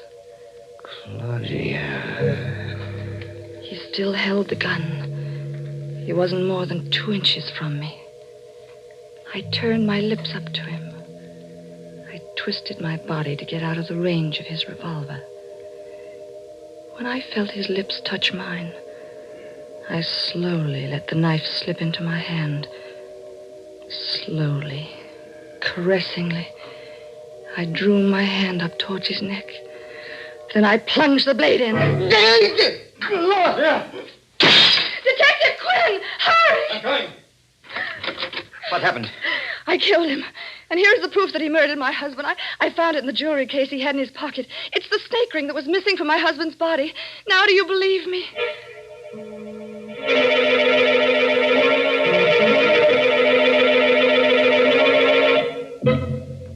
That's the whole story.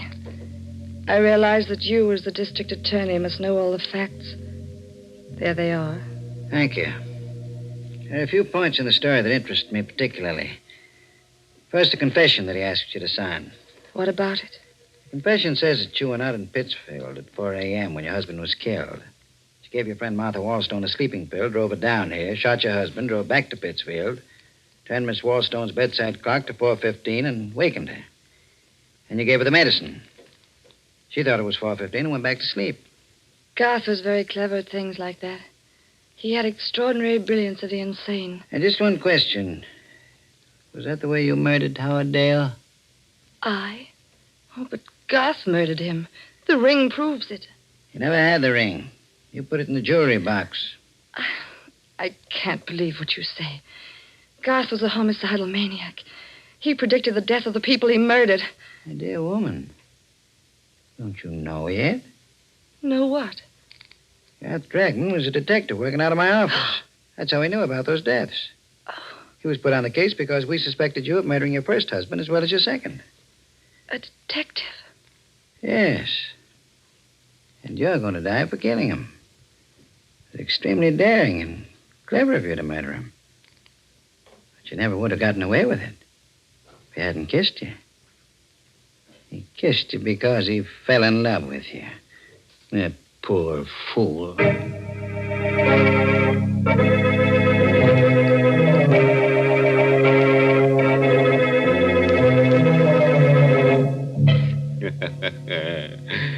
Well, friends, that just goes to prove that you should never pick up hitchhikers who come out of cemeteries at midnight.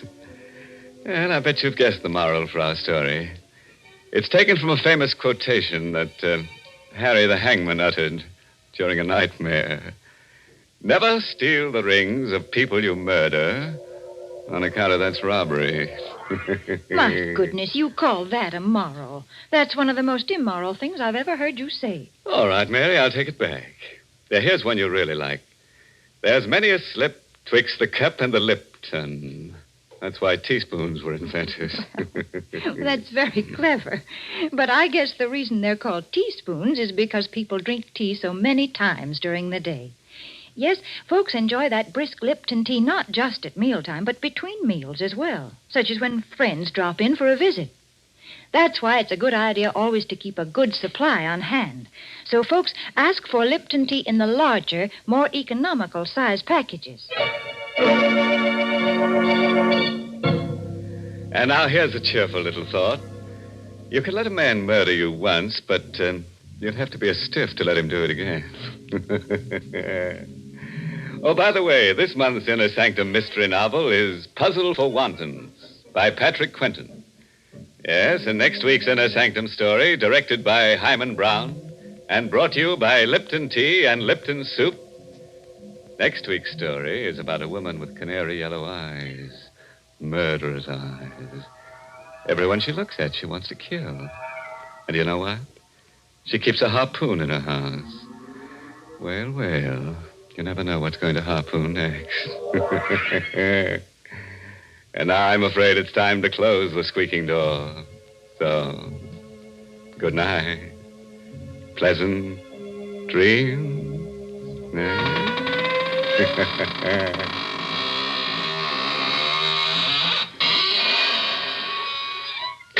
Folks, it's wonderful how little time cooking takes these days. Now, when I was a girl, my mother used to spend half a day making a pot of chicken noodle soup. But now we have Lipton's noodle soup mix. And when you use Lipton's, you just empty the contents of the package into boiling water, and in no time at all, soup's on. And what delicious chickeny tasting soup it is. Yes, Lipton's has an old-fashioned homemade flavor, and it's brim full of tender golden egg noodles. So, folks, don't forget to ask for Lipton's Noodle Soup. And don't forget to tune in next Tuesday night for another Inner Sanctum mystery. This is CBS, the Columbia Broadcasting System.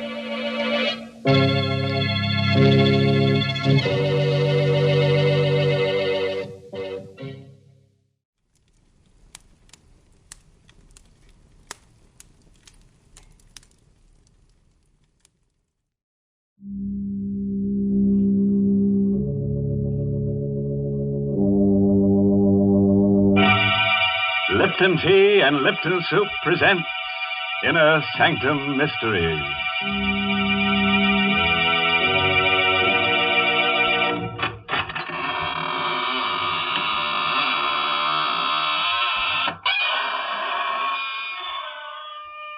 Welcome to the shadowy borderland of the squeaking door, all you hardy adventurers. Into the land of the grisly, ghastly, gruesome, horrid, shocking, and monstrous. I mean, Inner Sanctum. Of course, I assume that we're all old friends here, but if by any chance there's a stranger among us, perhaps I should state the purpose for which we are here assembled. Our object is to make your spine tingle and your hair stand on end. That's right. When we're through, you'll discover that a fiend in need is a fiend indeed. Heavens, you stop talking so scary, or folks will tune us off their radios. Oh, Mary, I'm just trying to scare them into the chill, so they'll have to drink Lipton tea. Well, that isn't necessary at all. For a great many years, people have been enjoying Lipton tea without any persuasion from you. That famous Lipton flavor has won the praise of tea experts all over the world. And you know, folks, these experts describe the Lipton flavor by saying that it's brisk. B-R-I-S-K. Now, brisk means that Lipton tea always tastes fresh and full-bodied. Yes, tangy and vigorous. Never flat or wishy-washy. That's why I always say you don't know how good tea can be till you know how good Lipton's is. And now, friends, let's go from tea to terror. Yes, the title of tonight's story is Terror by Night. It's an original radio play by Emile Tepperman. Tell me, have you ever been alone with fear? Alone in the night and frightened? Well, here's Ann Shepard in the role of Linda Dixon to tell us what happened to her. It was a Friday night, and I think I was already a little nervous as I drove north into the mountains. It was the first day of my vacation. I started from the city early enough to arrive before nightfall, but my car was 6 years old and it developed motor trouble. So now I was driving through the night with 50 miles more to go, and I was tired and nervous and irritated. And then I heard that siren in the distance. At first I couldn't place it.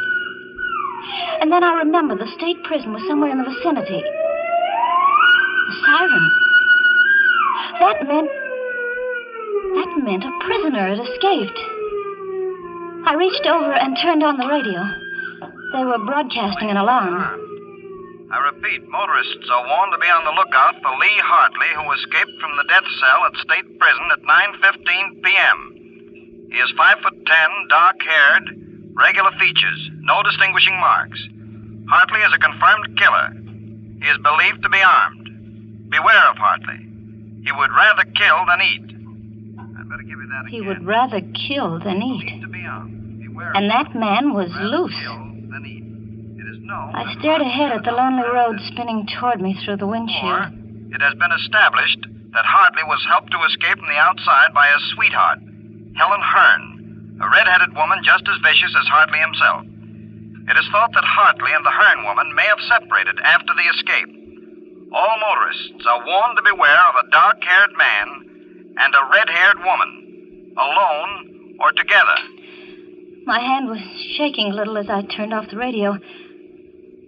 I looked in the car mirror and shivered. I, too, have red hair.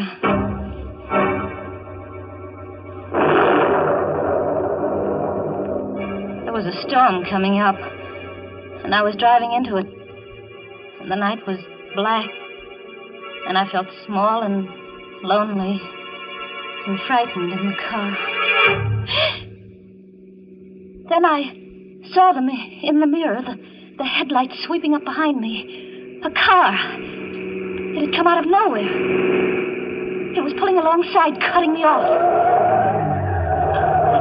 I cowered behind the wheel and watched the door of that other car open. A man stepped out. Oh, I breathed a sigh of relief. It was a state trooper. You driving all alone, miss? Oh, yes, officer. Sorry if I scared you. We're stopping all cars. Where are you heading for, miss? Oh, I'm going up to Seven Lakes Hotel. That's near Carstairs. You see, I started out late from the city, and I'm having motor trouble. Yeah, sure. Can I see your driver's license, please? Yes, my driver's license, of course. Here, I've got it somewhere in my purse. I seem to be all fingers. That escaped prisoner, Hartley. How'd you know about him? Oh, well, I heard the prison siren.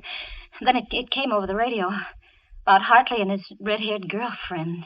Say, you've got red hair, too. Well, you don't think I'm that woman. Find that license yet? I'm sure it's in here. So many... Oh, here, I've got it. Here's my license. Thanks. What time did you say you left the city? About 5 o'clock. Took you a long time to get this far. Well, I told you I had motor trouble. Oh, sure did. Okay, Miss Dixon. Here's your license. You can go ahead. Thank you. Oh, darn. There it goes again. More motor trouble. No, it's the same thing the mechanic said it might happen. There it started. You want to get that fixed first chance you get? Yeah. It's late, though. All the service stations are closed. Yeah, there's one that's open all night about 2 miles up the road. Oh? You better stop there. Bill Slater's place. He's a good mechanic. Yeah. He'll fix you up. Tell him Joe Nesbitt sent you. Price, thanks, I will. And listen, Miss Dixon. Yeah. You be careful. Don't stop to give anyone a lift, man nor woman. Oh, don't worry, I won't.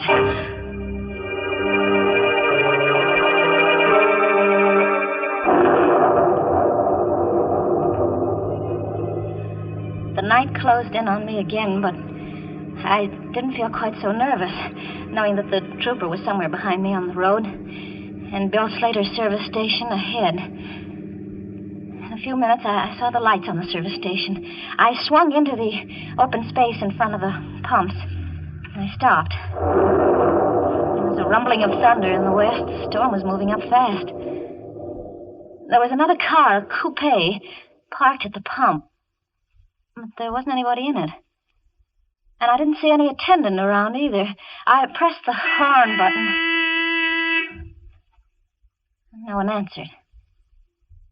No one came out of the office. Still no response.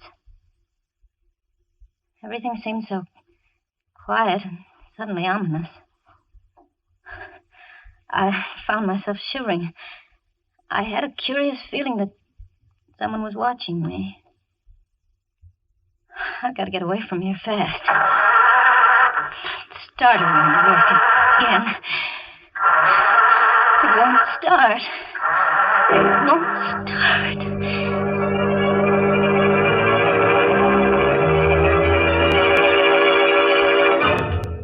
For a long time, I sat behind the wheel, listening for the sound of footsteps stealing up behind the car. There were none. Then I could bear it no longer. I had to get out of the car.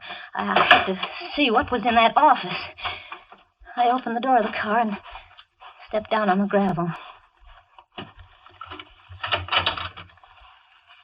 Anybody in there? No answer. I clenched my fists and stepped inside. There on the floor, at my feet, lay the body of a man. His mechanic's jumper was stained red with blood, and his throat was cut from ear to ear. How long I stood there, I'll never know. I was petrified, unable to move, unable to take my eyes from the bloody body. What's that? Someone coming downstairs. Hartley. It must be Hartley, the killer. He must have been hiding somewhere upstairs. I've got to get away outside. But how? My car won't run. That other car, the coupe, I could jump into that. Yes. If I could reach that coupe before he comes down. Anything wrong, sister? Too late. Anything I can do for you, sister?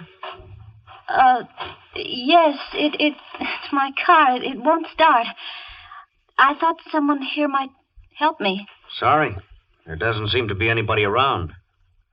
That's my coupe over there. I stopped for gas and no one came out, so I went in and looked around. Did you find anyone? There isn't a living soul in there. Oh. You look kind of tired. Oh, no, I'm all right. My name is Taylor. Oh? John Taylor. I'm Linda Dixon. Linda Dixon, huh? Glad to know you. Traveling far tonight? Well, I'm going to Carstairs.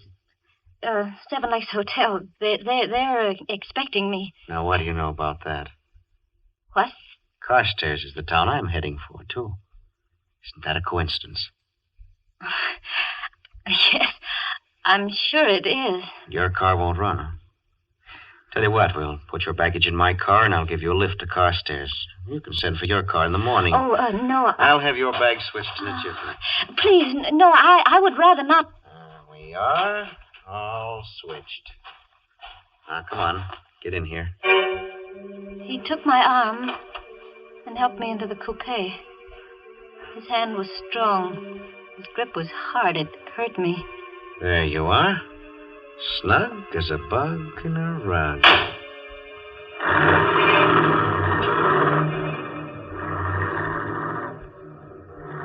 We drove away into the night, leaving behind us the dead man in the service station.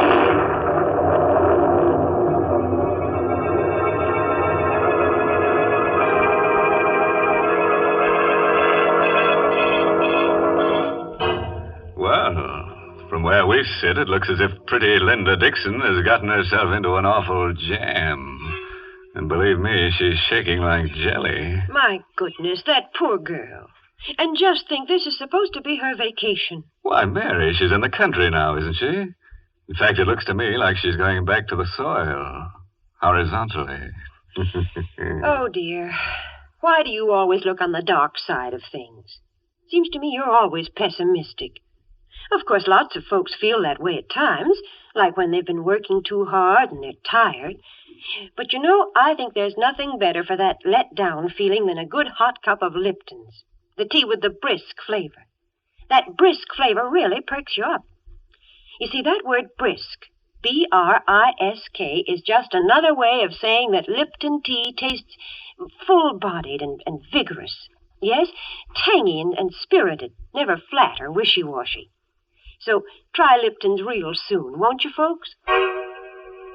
Well, now, let's go back and see how pretty little Linda Dixon is making out, all alone in the car with a strange man. But after all, she shouldn't be too scared of him. He's just a felon who needs a friend.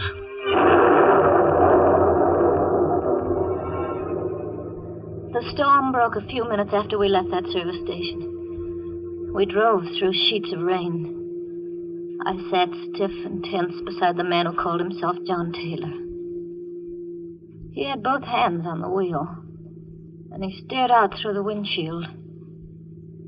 My eyes focused on something on his right hand. There was a stain, a small stain, but it was wet and red. I couldn't take my eyes off it. What are you looking at? What? Oh, nothing. Nothing at all. Think I'll turn on the radio. Did you know there's been a jailbreak? Hartley is 5'10", very dark hair. Don't be fooled by his pleasant manner. He is a killer by instinct. Take no chances with this man. He is absolutely... I looked at the man beside me. Helen Hearn is a clever and dangerous woman. 5'3", red hair, very pretty. I caught Taylor looking at me out of the corner of his eye. What are you looking at? At your hair. It's red. There was a streak of lightning, and looking out of the rain-swept window, I glimpsed a signpost. The lightning illuminated the sign, and my heart skipped a beat at what I saw. That sign we just passed. What about it? Well, it said Kerhonkson ahead. We're going the wrong way. We should be on the Carstairs Road, not on the Kerhonkson Road. That's funny. Must have taken the wrong turn. Well, aren't you going to turn back? Sure. Whatever you say. We'll turn right around and go back. Uh-oh. We're in the ditch. In the ditch? It's no good. She won't budge. Well, it looks like we're stuck here for the night.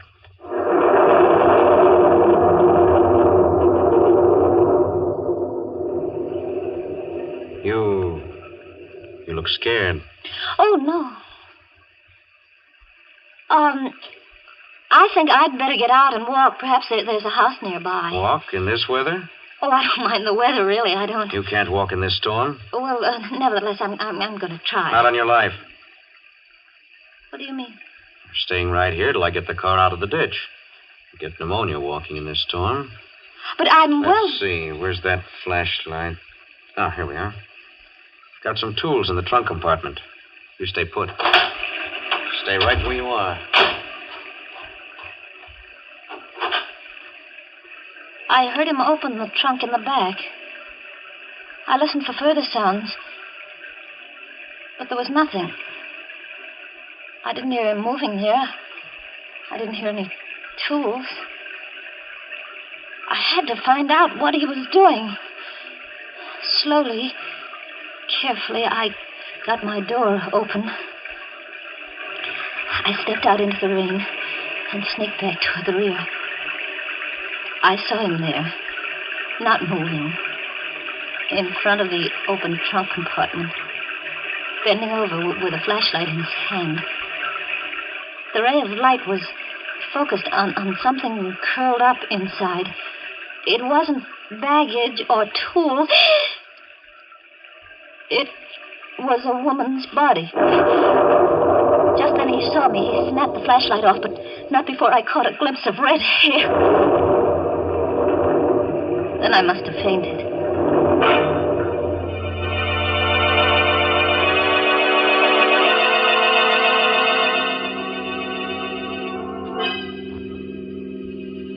When I came to, I found myself seated inside the car again. My face and hair were wet. My clothes were dripping. John Taylor was driving. His face, as he stared ahead through the night, was dark and bleak. The storm was over. Night was quiet. Oh, so you're awake again? I don't feel well. Is it because of what's in the trunk compartment? She's dead. I told you not to get out of the car. What are you going to do with me? What do you think? Please. Sorry, sister. Got to take your medicine. Oh, no. Better not make any trouble. I'll try to make it as easy for you as I can. They say that when a person loses all hope, subconsciously he seeks refuge in sleep. That's what must have happened to me. I must have dozed, or perhaps I fainted, I don't know. But I awoke with a start at the sound of brakes.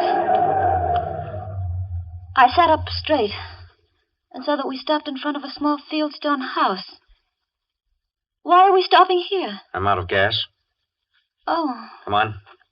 We're going in. Sign on the door said Roger Bryce, M.D. A doctor's house. I began to feel a spark of hope. There might be a chance. I'll do the talking. Is that clear? Yes. Where's the bell? Oh. Must be awake. There's a light in the parlor. How do you do? Good evening. Dr. Bryce? Yes. Can I help you? I'm terribly sorry to disturb you, Doctor, but my sister and I were heading for Carstairs, and we seem to have gotten lost. And we're out of gas. His sister? He was passing us off as brother and sister. Now I knew why he hadn't cut my throat as he had that service station man's. He was carrying me for protection. I was his passport through the police cordon. His sister. I'm afraid I can't be of much help to you. I'm 7 miles from the nearest town, and I haven't any spare gasoline. Come in, won't you? Why, yes, thank you. We will. I wonder if I could offer you my hospitality for the night. Oh, that would be imposing. Not at all. I have 2 rooms that aren't being used. Oh, really? Oh, come. I insist. I'd hoped for a chance to talk to Dr. Bryce alone. Just a word to warn him. But Taylor never left us alone for a minute. He insisted coming into my room. To make sure, he said, that it was comfortable enough for me. Then he took the doctor by the arm and went out with him. Good night, sis. And sweet dreams. I was alone. Free of the presence of John Taylor. I had another lease on life. I waited, my heart pounding. Give them both a chance to retire. Then I slipped off my shoes, and in my stocking feet, I stole across the room and inched my door open. Slowly, carefully, I stepped out into the corridor and turned right toward the doctor's room. What's the matter, sister? You weren't thinking of going anywhere, were you? I wanted a drink of water. A drink of water, huh? In case you didn't know it, there's a water pitcher on your dresser. Oh, I didn't see it. Good night, sister. I turned around and went back into my room. It was no use. If I attempted to warn Dr. Bryce, Taylor would probably kill us both. I turned out the light in my room. I knew he was watching my transom. Then I lay down on the bed. How long I lay there, I don't know. Perhaps I slept, perhaps not. But I heard that slight creak as my door began to inch open. The blood chilled in my veins. Slowly the door came open. I lay fascinated, unable to move. Vaguely I saw the outline of the hand and the knife it held. I wanted to scream, but I couldn't. Slowly he came toward the bed. Now he stands over me. He raises the knife. I screamed and rolled over on the bed just as the knife flashed down. I rolled off the bed and cowered in a corner. That horrible figure came around the bed after me with a knife, afraid. Help! Dr. Bryce, help me! I let Karl go in the corner. They fought all over the room in the dark. I had no strength to move, to think, not even to hope. All the life seemed to have gone dead in my veins.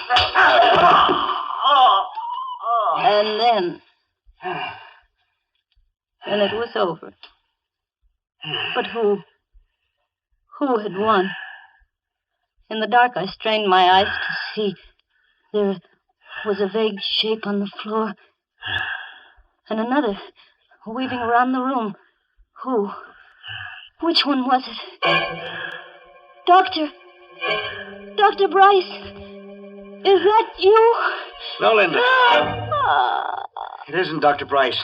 It's I, John Taylor. John Taylor. Standing there at the light switch. And on the floor lay Dr. Bryce unconscious, with a long gash in his head. I had to hit him with a water pitcher. My eyes turned to Dr. Bryce. I saw the knife still gripped in his right hand. That's Hartley, Linda. Lee Hartley, the killer. It was he who came in here with a knife? Right. I was down the cellar just now. The real Dr. Bryce is down there, dead. And this fellow posed as Bryce when we came to the house. Then you're not Hartley. No, isn't that rich? All the time you thought I was Lee Hartley, and I thought you were Helen Hearn. On account of your red hair. But the body, the red-haired woman. That's Helen Hearn.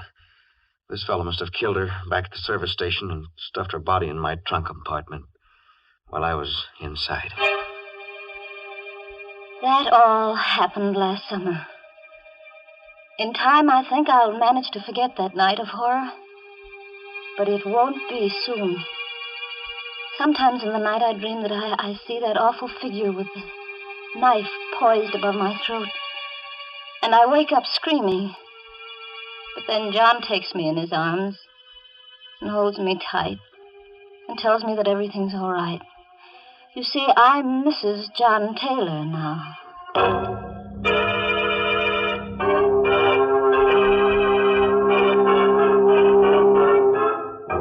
Well, what do you know? A happy ending. As for Mr. Hartley, that pleasant killer, he got what he deserved. Yes, some people never know when they're well off. You should have stayed in jail, where they never raise your rent, where they make no charge for meals or for electric current. You see, when you're in jail, everything is free, except you. You know, Mr. Host, that's the first happy ending we've had in a long, long time. And I must say I enjoyed it. Those lovebirds shouldn't have gotten married. It's bad for business, Mary. Now, when she wakes up screaming from a nightmare, she reaches for her husband instead of a hot cup of a Lipton tea. Well, I'm glad she has a husband to comfort her. There are plenty of other occasions, Mr. Host, when Lipton's tea is welcome. And I don't mean just at meal times either. Lipton's is grand between meals. And, of course, it's the perfect beverage to serve when friends and neighbors drop in to visit you. Yes, I guess that's why more people serve Lipton tea than any other brand. And now a word of caution to all amateur detectives. They say that if you give a criminal enough rope, he'll hang himself. But if you give some criminals enough rope, they might tie you up. Oh, by the way, this month's Inner Sanctum mystery novel is Puzzle for Wantons by Patrick Quentin. Yes, and next week's Inner Sanctum story, directed by Hyman Brown and brought to you by Lipton Tea and Lipton Soup. Next week's story is about a lonely man who falls in love with a mannequin in a store window.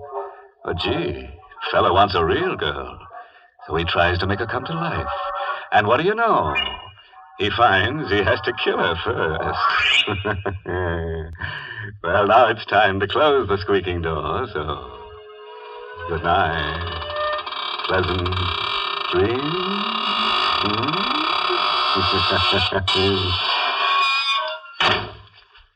Folks, these busy days we all want to save time when we prepare meals, and yet we don't want to sacrifice that good homemade taste. Well, the answer to that is Lipton's Noodle Soup. You see, Lipton's takes no time to prepare, and yet it has a real fresh-cooked chickeny flavor. Yes, it tastes just like the chicken noodle soup you'd make right in your own home. Lipton's is economical, too. It costs less and makes more than canned soups. So, folks, don't forget to serve Lipton's Noodle Soup. And don't forget to tune in next Tuesday night for another Inner Sanctum Mystery. This is CBS, the Columbia Broadcasting System.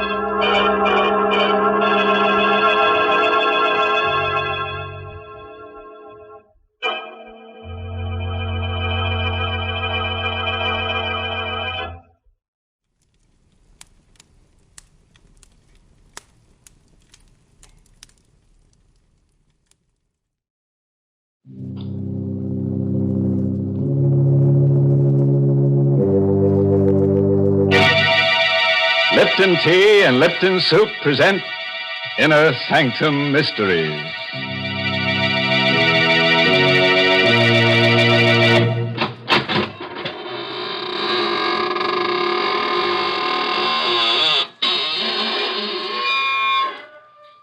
Good evening, friends of the Inner Sanctum. This is your host at the squeaking door again.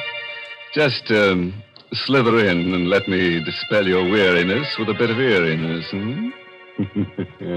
Oh, no, please. Don't sit in that chair. I'm, saving it for rigor mortis to set in. Oh, dear. I see this is going to be one of those nights when my favorite character gets killed. Yes, Mary, but don't scream blue murder, because this is a corpse of a different color. Well, if it's going to be that kind of a story, I'd better tell folks about something cheerful first. Yes, I mean Lipton tea.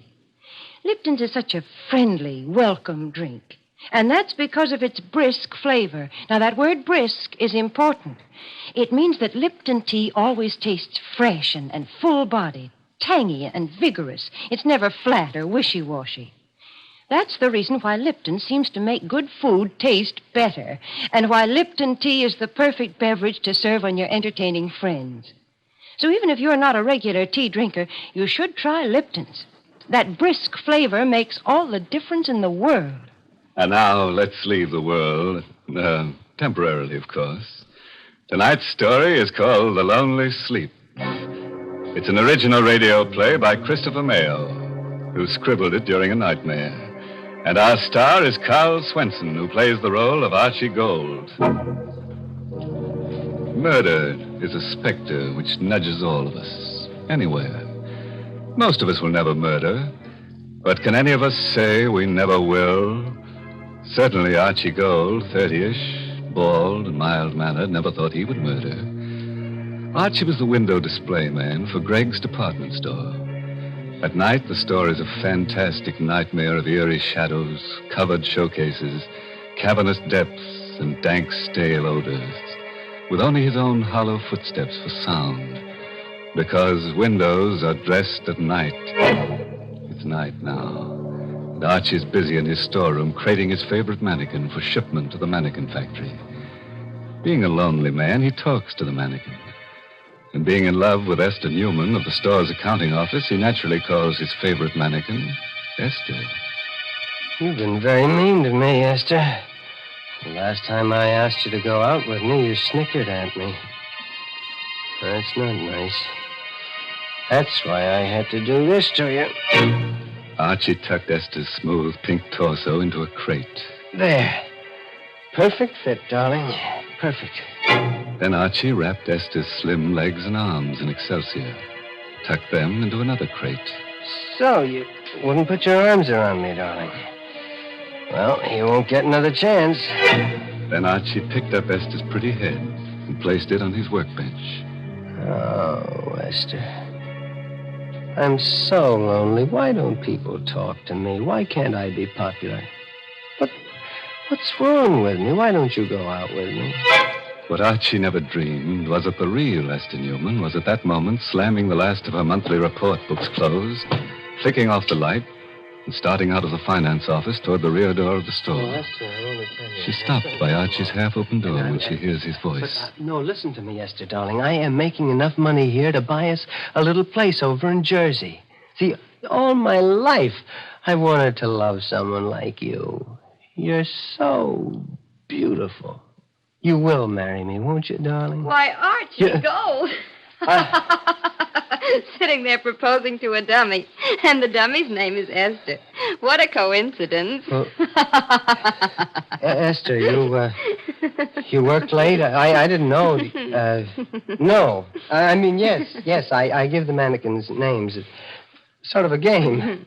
Yeah, game. That's it. Well, they don't talk back anyhow. No, they don't talk back.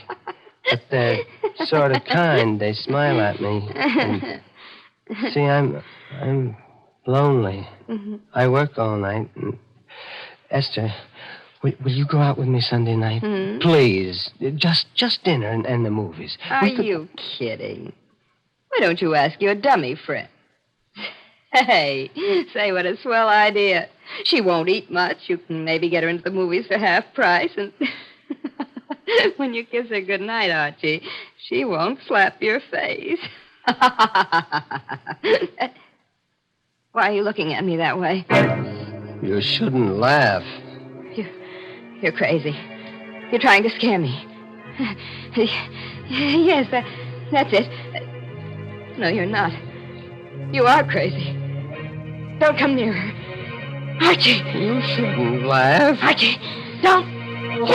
You shouldn't laugh. My turn to laugh. See? My turn.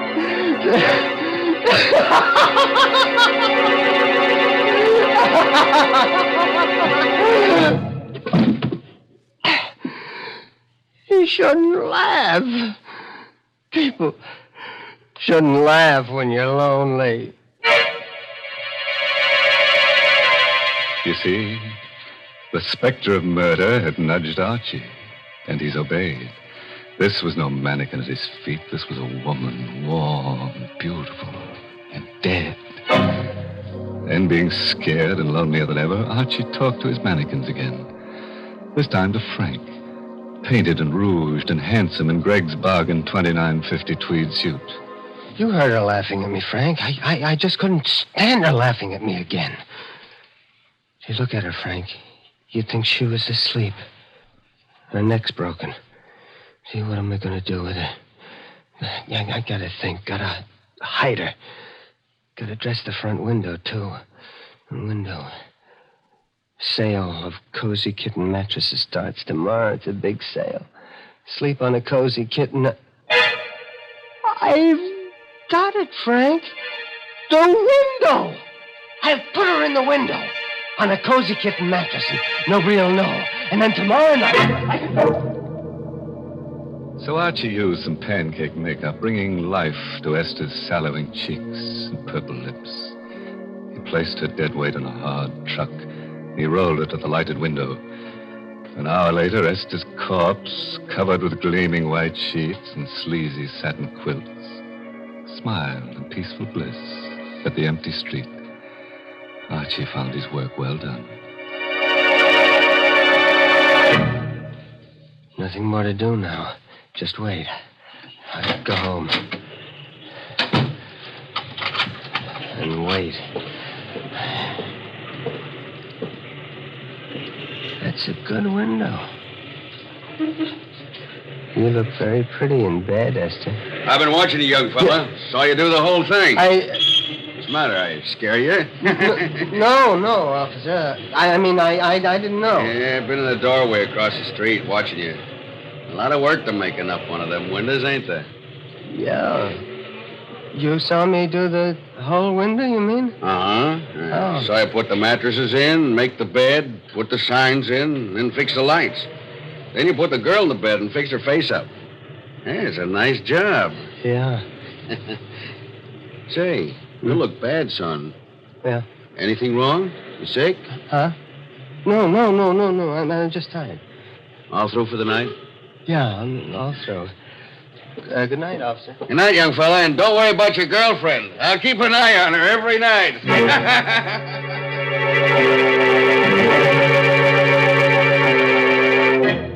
So Archie went home, as you or I might have done.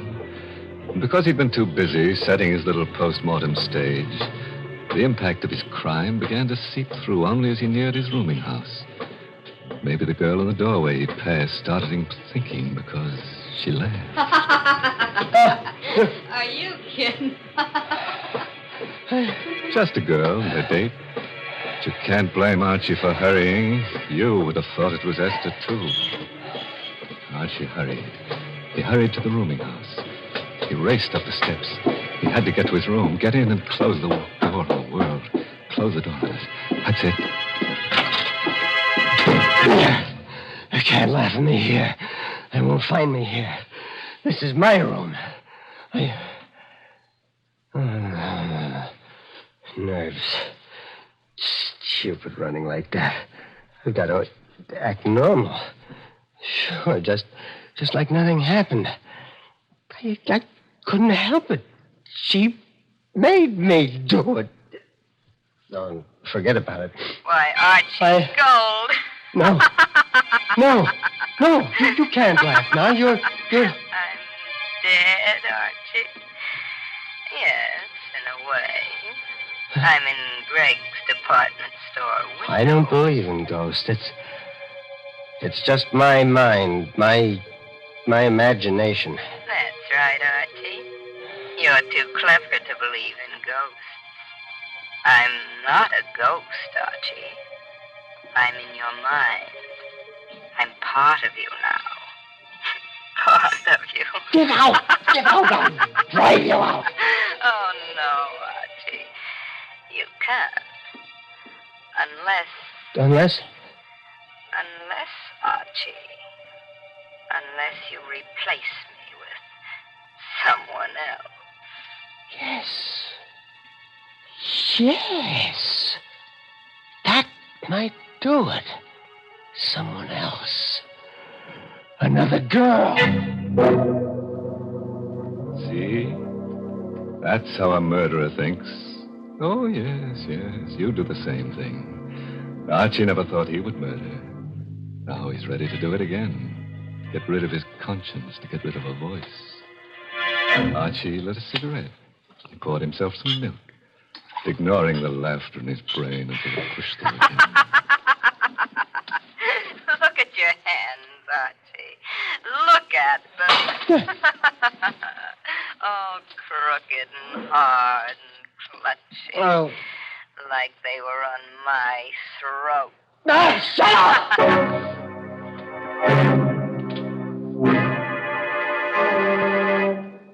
Archie threw himself on the bed and jammed the pillow against his ears. Fell into a dream worse than reality.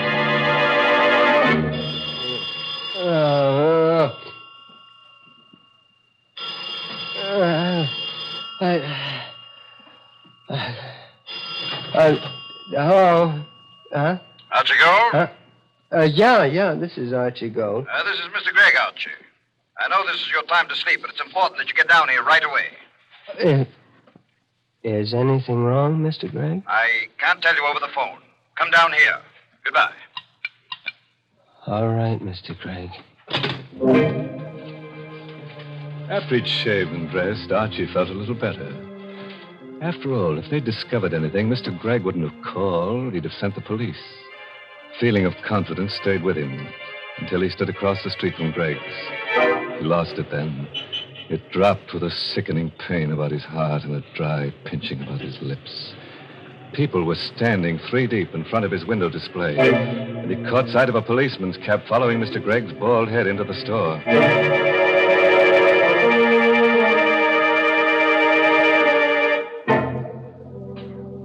Well, were you thinking of going window shopping tomorrow? Want to be popular? Have lots of people crowding about you on the sidewalk side of a plate glass window. Want to be a mannequin? Look up Archie Gold. He's the mannequin doer. Well, all I can say is I'm glad that murderer is about to be caught. Why, Mary, don't talk that way. It was really kind of Archie to put her on the mattress. She was so sleepy. In fact, she was dead to the world. Yes, the one to feel sorry for is Archie. Why, the poor fellow's shivering. Why don't you make him a cup of Lipton tea? Lipton's is too good for him. And besides, he's probably too scared to taste the difference between Lipton's and ordinary teas. Yes, folks, Lipton tea is different. In the language of tea experts, Lipton's has a brisk flavor. And when they use that word brisk, B-R-I-S-K, they mean that Lipton tea tastes tangy and spirited, really full-bodied. It's never flat or weak. So get acquainted with that brisk flavor. Why, you just don't know how good tea can be till you know how good Lipton's is. Well, let's see how good Archie's alibi is. Remember Archie, the lonely little man who dresses Gregg's department store windows at night? He just couldn't stand being spurned by Esther Newman any longer. She laughed at him when he asked for a date, and now Esther is a lifeless mannequin advertising the restful qualities of cozy kitten mattresses in the window display. And Archie enters the store to see what's in store for him. Mr. Gregg, I'm, Archie Gold, come in. Close the doors. Sit down. My boy, you know Miss Newman in our bookkeeping department? Yes, sir. I knew her, but I'd like a chance. You're going to get a chance, my boy. Before leaving on a week's vacation, Miss Newman completed our annual report. Miss Newman is on vacation? Yes. Which isn't important. The report shows we sold 16 cozy kitten mattresses in 1 year. Well, that's not many, is it, sir? It's terrible. We were stuck with 1,500 of them. Just a minute now. Jenkins. Yes, Mr. Gregg? How many mattresses have you sold now? 802, sir. You hear that, Gold? Yes, sir. 802 mattresses in a couple of hours. And your window display did that. My boy, you're a genius. Mr. Gregg, No. I know just what you're going to say. Any man who has the imagination to put a woman dummy asleep in a window, and such a dummy, so peaceful. How much are we paying you, Archie? $36.47 a week, sir. Starting today, it's $72.94. And a private office, and you're the head window display manager of my 3 stores. Ha! Stunned you, huh? Everything I've always wanted. What's more, I've had pictures taken of that window with the crowds, and the paper promised to run it in tonight's edition. With your name. Good? Yes, sir.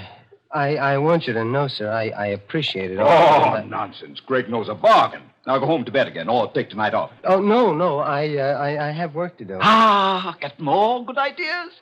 Good. Mr. Gregg. Yes, my boy. If the mattresses are selling so well, we won't need the display. I can take it out tonight. Oh, nonsense. Don't touch it. We'll run this sale for 2 weeks. I just ordered 1,500 more mattresses.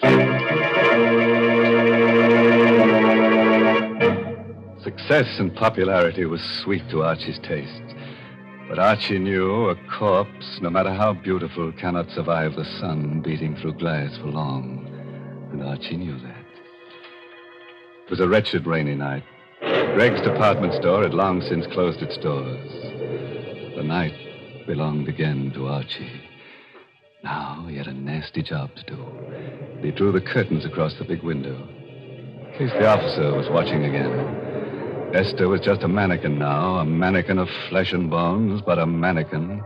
And Archie spoke to his mannequins. You've had a hard day, Esther, darling, haven't you? Well, it's all over now. You never did anything for me alive. Dead, you brought me success. Now I've got to send you away. You're stiff and cold, Esther. And you can't laugh now, can you? Esther couldn't laugh. And Archie opened the crates which contained the mannequin he had originally planned to ship. With a few simple tools and lots of work, he made Esther, the real Esther, conform to his original shipment. A torso, a pair of hands.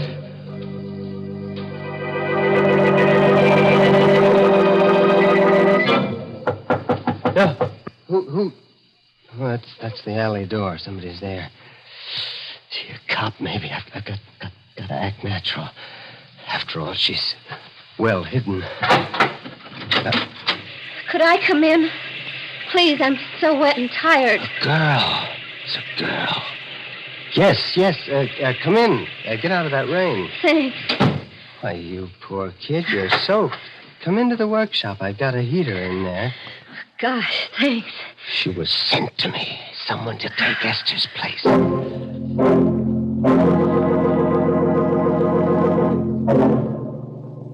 Feel better now? Yeah, lots better. You're very kind. How did you happen to pick this door to knock at? Well, the alley seemed a good place to get out of the wind. It started to rain, and I saw your light. Oh, I see. And you're broke. Yeah. The usual story. I came to town from Philly to get a job. Job was there, all right, but the boss wasn't on the level. Well, don't you have a home? Parents or a husband, I mean? Oh, that's No. a shame. Look, stay right there now. I'll be right back. You're not leaving me, are you? No, I'm going to get a blanket to put across your shoulders. I'll be right back. Of course he'd be right back. Wasn't this just what he needed? Another mannequin to satisfy Esther's voice? It made sense. The second time, it's easier. It always is. Don't move, May. I'll put it across your shoulders. All right. You're a very lonely man, aren't you, Mr. Gold? How do you know that? Because I like you. How does that prove I'm lonely? I like lonely people. Why? Because I'm terribly lonely myself. I got some coffee in the thermos here. I'll get you some. I like it here. I like to look at the mannequins, especially that handsome one there. What do you call him? What do you mean, call him? Well, you must talk to them. I would. You're wonderful. You understand. Yeah, I do. I do talk to him. His name's Frank.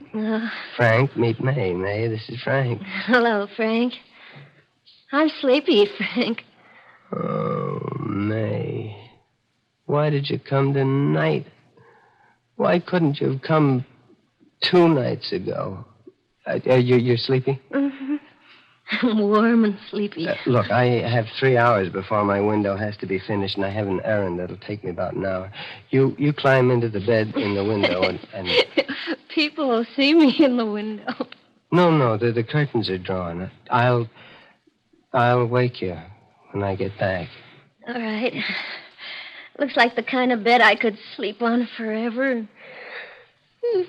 Ever. Doesn't always work out the way you plan it, see? Archie didn't want to murder Esther, but he did. Archie wants to murder May, but he'd rather not. Well, Archie drew the satin quilts over May. She smiled, closed her eyes with a murmured thanks, and was asleep. Archie knew now he loved her. that he must never listen to her speak again. While Archie carried the crates containing Esther's remains into the station wagon in the alley, a little man with a sad, droopy face and a derby hat argued with the night captain of the local police station. I tell you, I know what I'm talking about. I stopped at Greg's window 4 times today.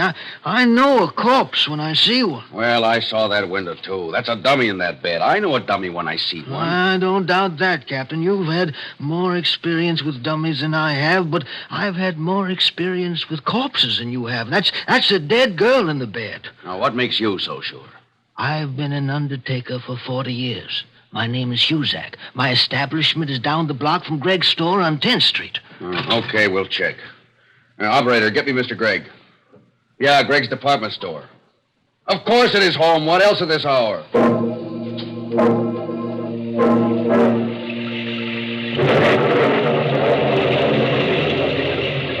Archie had a plan. Excitement gripped him. But that habit of years was strong, and he talked to Esther as he piled her 3 coffins into the station wagon in the alley. Don't you worry, Esther. In a half hour, you'll be at the bottom of the river. You shouldn't have laughed, Esther. Then I'll come back to May. Sure. Archie had a plan, all right. But it didn't include the little old undertaker who knew a corpse when he saw one, or an angry, sleepy Mr. Gregg, or a confused who were right then coming to a stop in front of the store. This is an outrage, a preposterous, fantastic farce. Getting me down here in the middle of the night to prove I have a corpse in my window. I know, Mr. Gregg. I feel silly about it myself, but Mr. Huzak here seems so sure. The curtains are drawn in front of the window. We'll have to go inside. In a minute, you're all going to look very silly. There. Does that look like a corpse? No. You're right. It's not a corpse. It isn't a dummy either. She's alive. Breathing. Something queer here. I'm going to look around outside. Archie! Archie, go!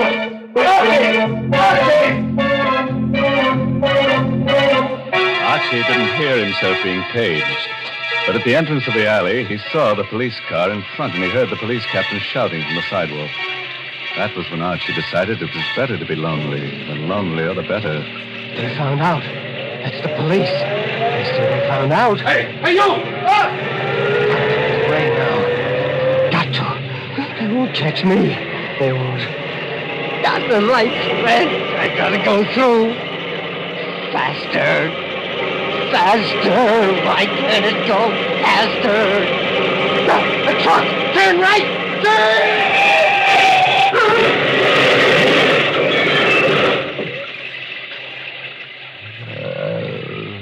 No one ever heard Archie's last words. They bubbled through his torn throat as he lay in the glass-smashed window through which he'd crashed. No one. I'm so lonely. May. So lonely.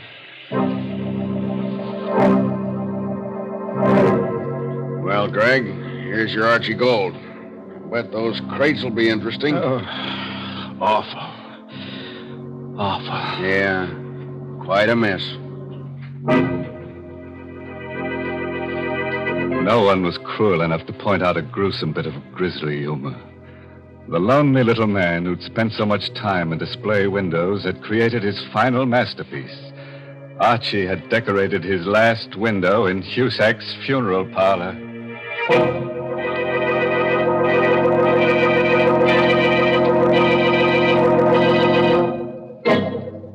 The lesson we learned from tonight's story is that murder doesn't pay. It's a losing business. Murderers are always in the red. And it's strenuous work, too. You're bound to find yourself a little stiff. Mr. Host, I did not like that story. Well, neither did I, Mary. Imagine the Cozy Kitten Mattress Company pulling a smart advertising stunt like that on Lipton's time and for free. Now, that's not what I mean at all. And if you're worried about Lipton's, let me assure you that Lipton's is the largest selling brand of tea in the whole world. That's the kind of popularity that really counts. And, folks, if you'll just once try Lipton tea, I think you'll be convinced, too.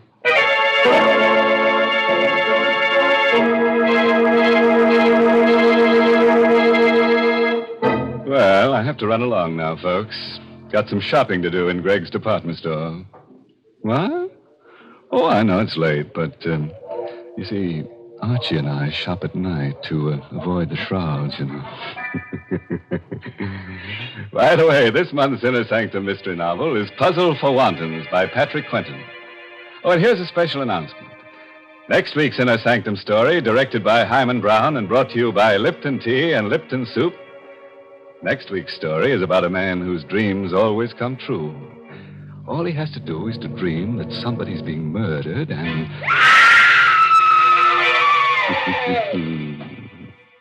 Enough to keep you awake, isn't it? Oh, until we meet again next Tuesday, you dream of me and I'll dream of you. Now it's time to close the squeaking door, so good night. Pleasant dreams.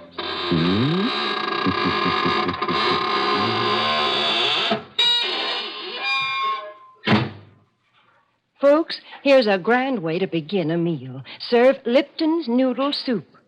Lipton's takes no time to prepare, and yet it has a real fresh-cooked chickeny flavor. Yes, it tastes just like the chicken noodle soup you'd make right in your own kitchen. And Lipton's is economical, too. It costs less and makes lots more than canned soups. So, folks, don't forget to serve Lipton's noodle soup. And don't forget to tune in next Tuesday night for another Inner Sanctum mystery.